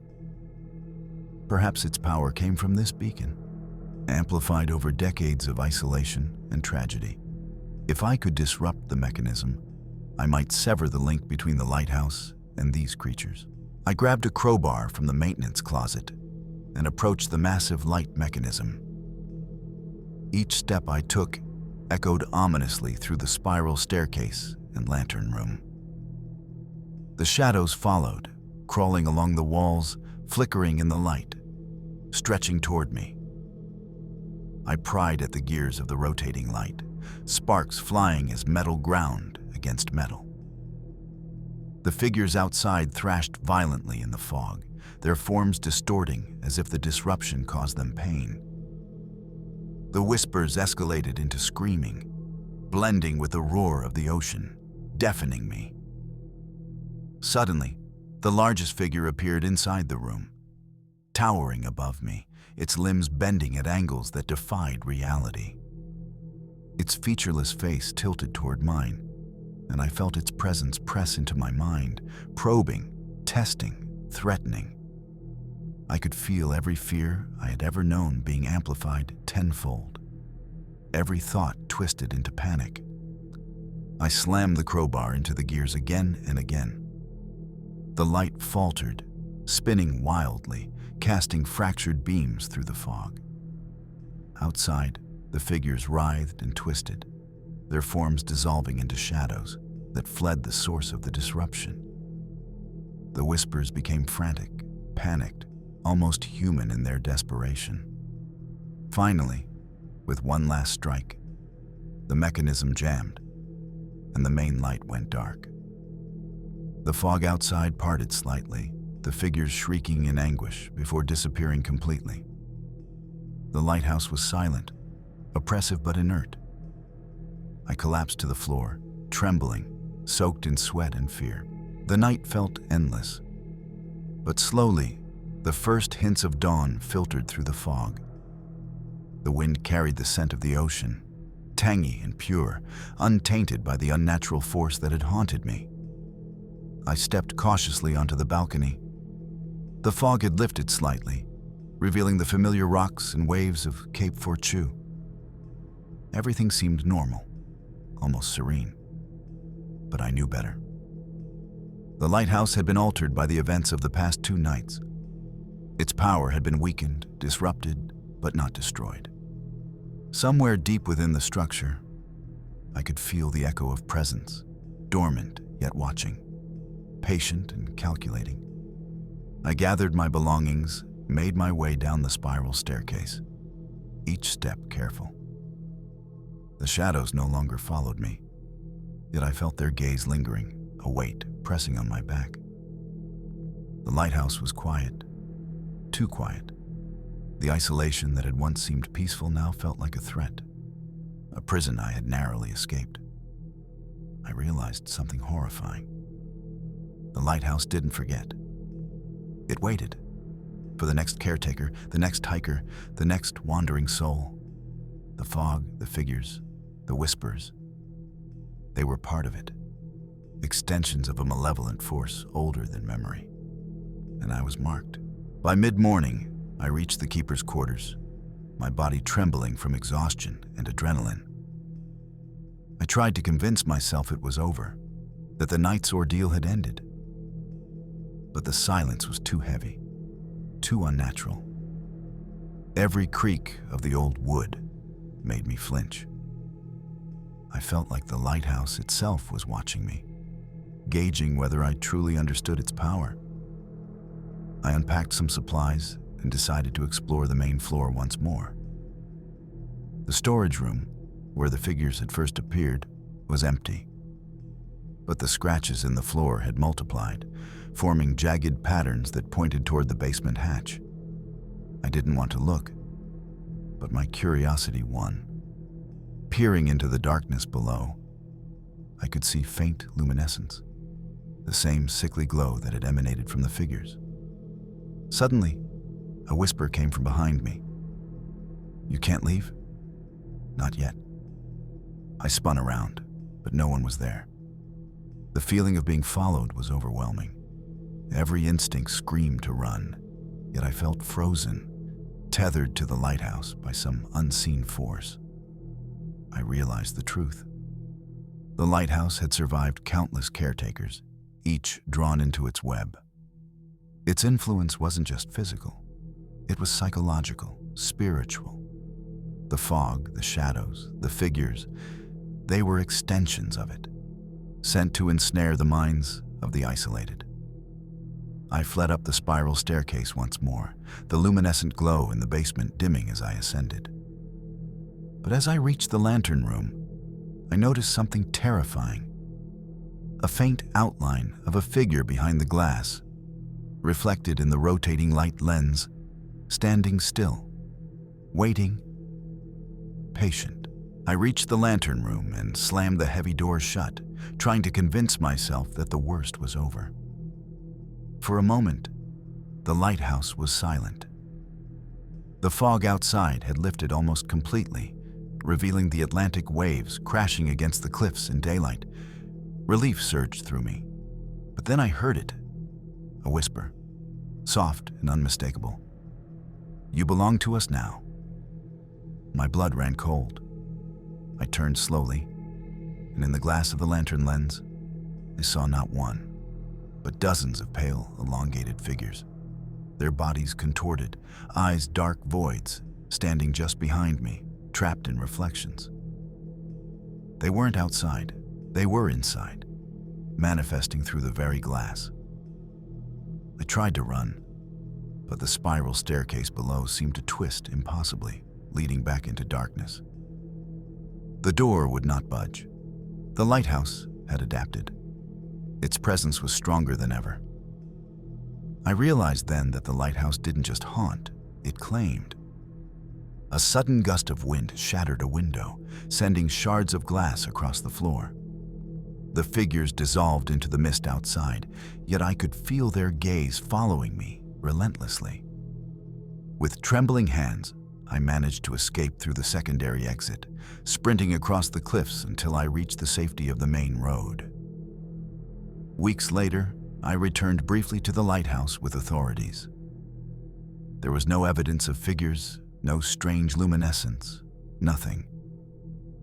But I know what I experienced was real. The lighthouse waits, patient, ancient, and ever hungry for the next caretaker or traveler foolish enough to wander too close. Sometimes, when the wind howls through the cliffs at night, I swear I can hear them whispering my name. And I know the Cape Fortune Lighthouse hasn't forgotten.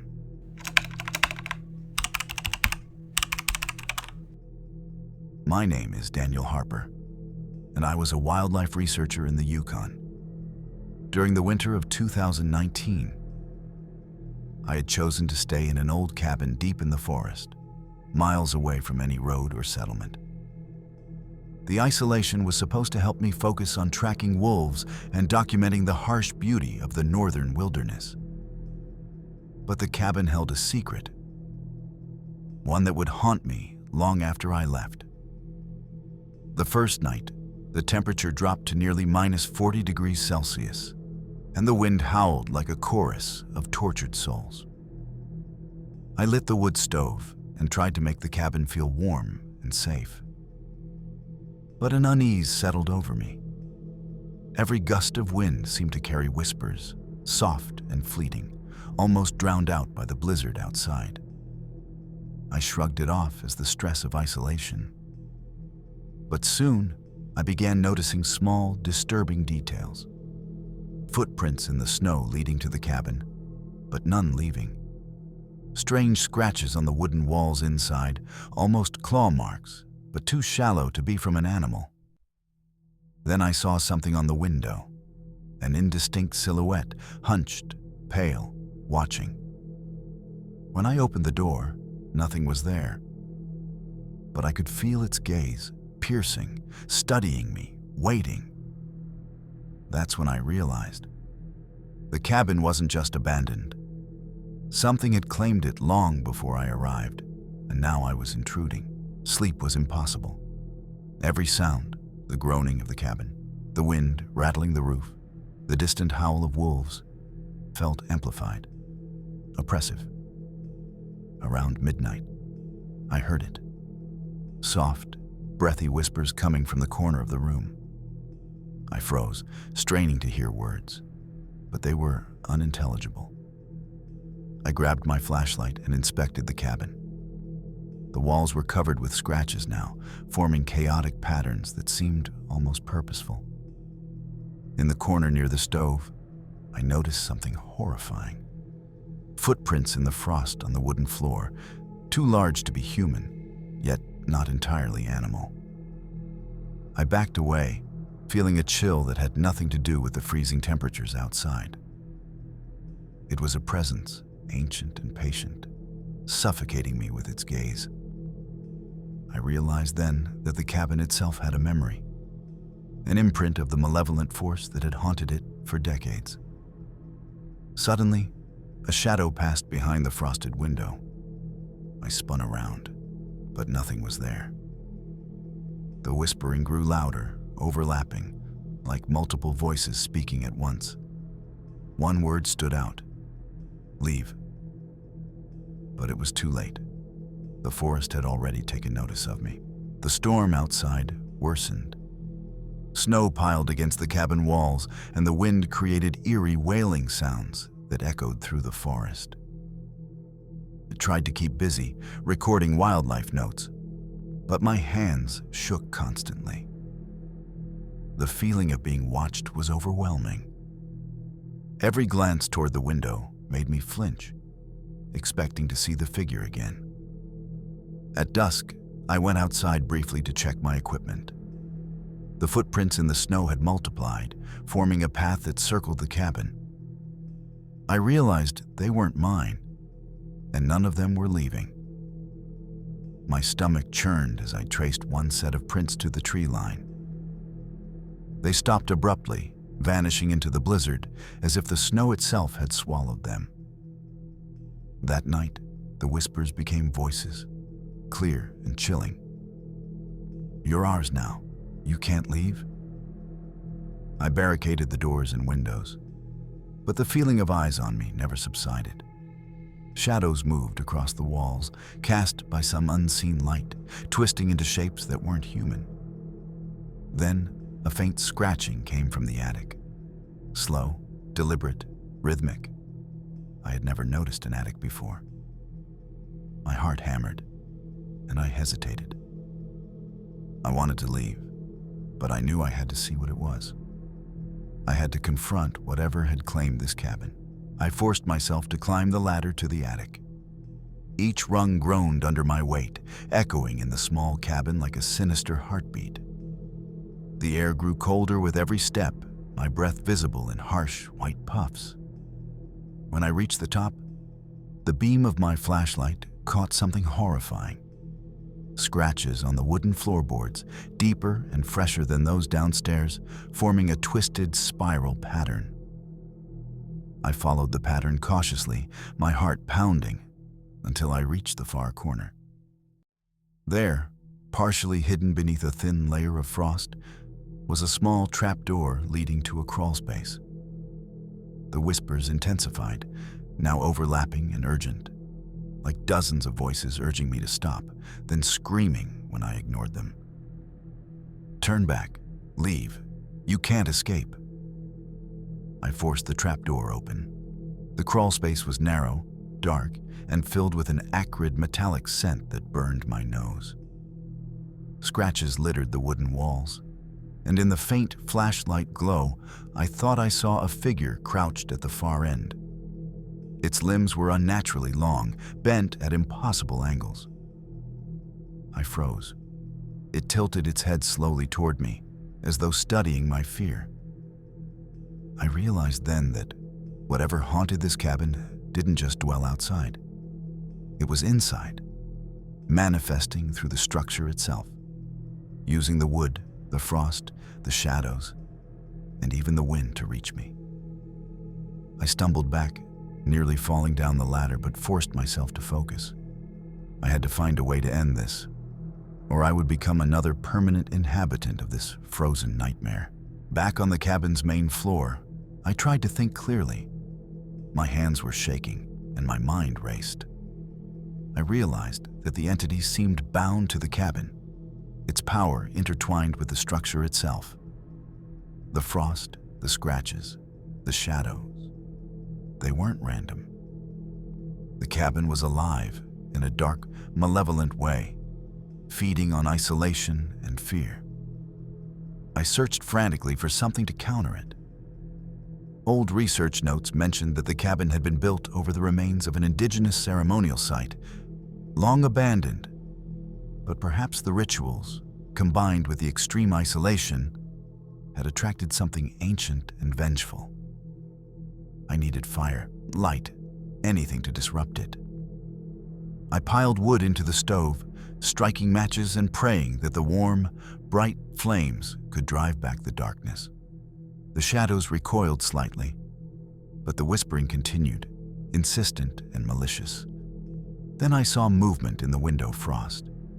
Pale, elongated hands pressing against the glass, fingers bent at unnatural angles.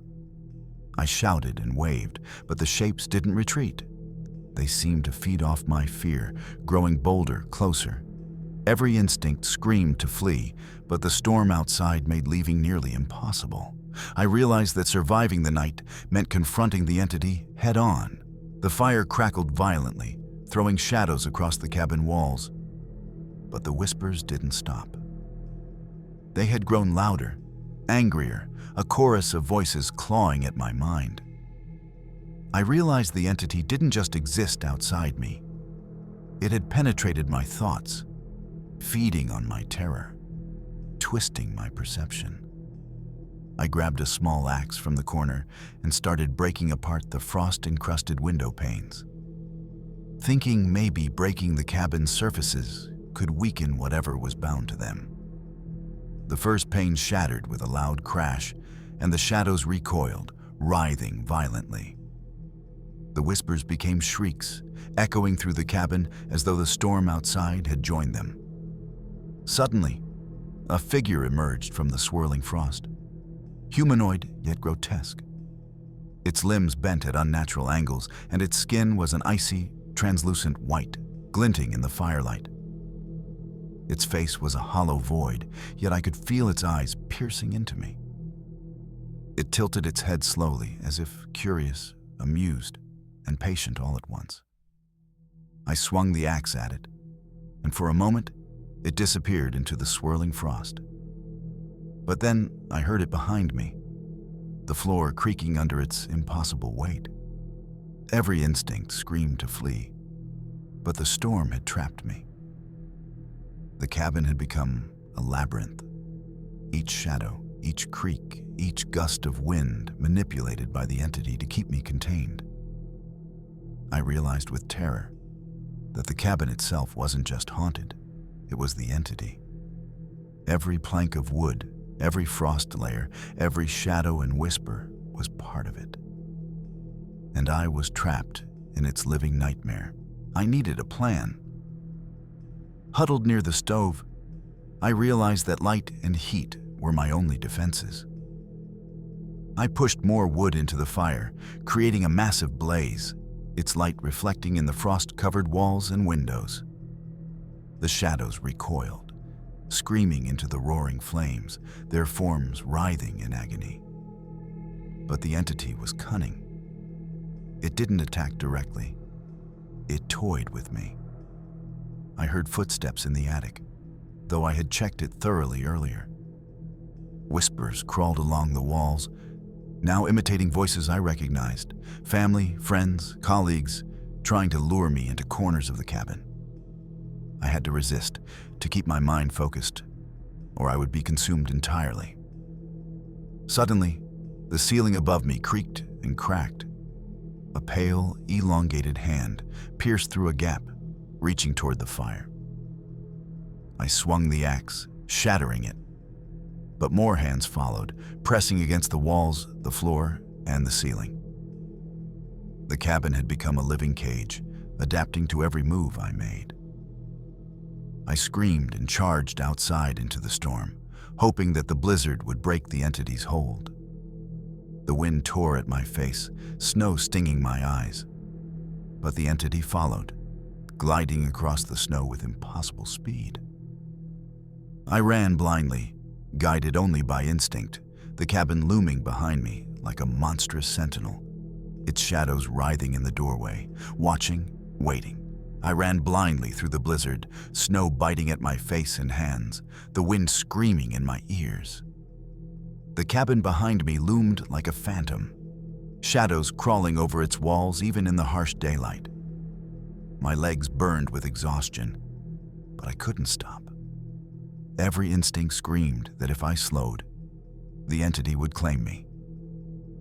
As I ran, I noticed the snow shifting unnaturally. Footprints appeared beside mine, too large, elongated, and impossible. I realized it had followed me into the storm, moving silently, yet somehow faster than I could run. Whispers echoed from every direction, disorienting me, mixing with the roars of the wind. "You can't leave. You belong to us."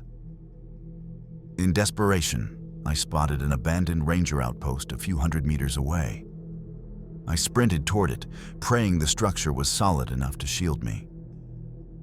Reaching the door, I slammed it shut behind me and barricaded it with whatever I could find.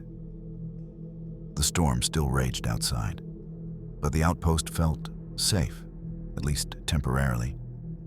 Through the frosted windows, I saw shadows twisting near the cabin, forming grotesque, humanoid shapes. They lingered, watching, patient. The whispers faded, replaced by a heavy silence that pressed into my chest. I realized the entity hadn't followed me here entirely. It was bound to the cabin, but it would never forget me. Inside the outpost, I tried to gather my thoughts. My hands shook, my body was exhausted, but I knew I had to survive until help arrived. I could hear nothing but the storm and the occasional cracking of ice.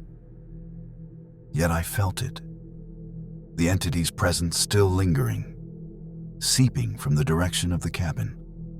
Hours passed, each minute stretching into an eternity.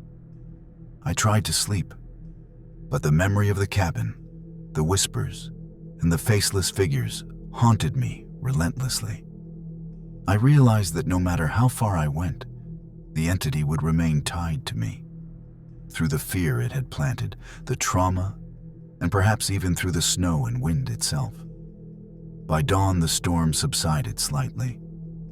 I ventured outside cautiously, the cabin looming in the distance. It looked ordinary now, peaceful almost, but I knew better. The frost on the walls seemed to glisten unnaturally, the shadows hiding just beyond the line of sight. The entity waited, patient, a predator knowing its prey had escaped for now, but would eventually return. I began the trek back to civilization, moving cautiously through the forest. Every snap of a branch, every whistle of wind through the trees made me flinch. I knew this nightmare wasn't over. The Yukon had claimed another secret, and it had marked me as a witness, a survivor. But perhaps only temporarily. I finally reached a ranger station later that day, collapsing in the warmth and safety of other people. They listened incredulously as I recounted the events at the cabin. No evidence, no footprints, nothing remained, except the frost patterns I had memorized and the lingering terror in my mind. Weeks later, I returned to the Yukon to collect some equipment. From a distance, I glimpsed the cabin again. It appeared untouched, ordinary, almost welcoming. But I knew the truth. Shadows flickered at the windows, elongated figures lurking behind the frosted panes. The whispers hadn't stopped. They were faint, carried on the wind, a reminder that the entity waited for the next wanderer, foolish enough to enter its domain. The chilling realization sank in. The Yukon had its own predators, not just wolves or bears, but ancient, patient, malevolent forces tied to the land itself. The frozen cabin had been its vessel, and I had survived only because I had escaped its immediate grasp. But deep down, I knew it had already marked me forever. Even now, years later, I hear faint whispers when the wind blows cold, and I wonder, how many others have disappeared silently, leaving no trace, claimed by the frozen nightmare in Yukon's vast wilderness?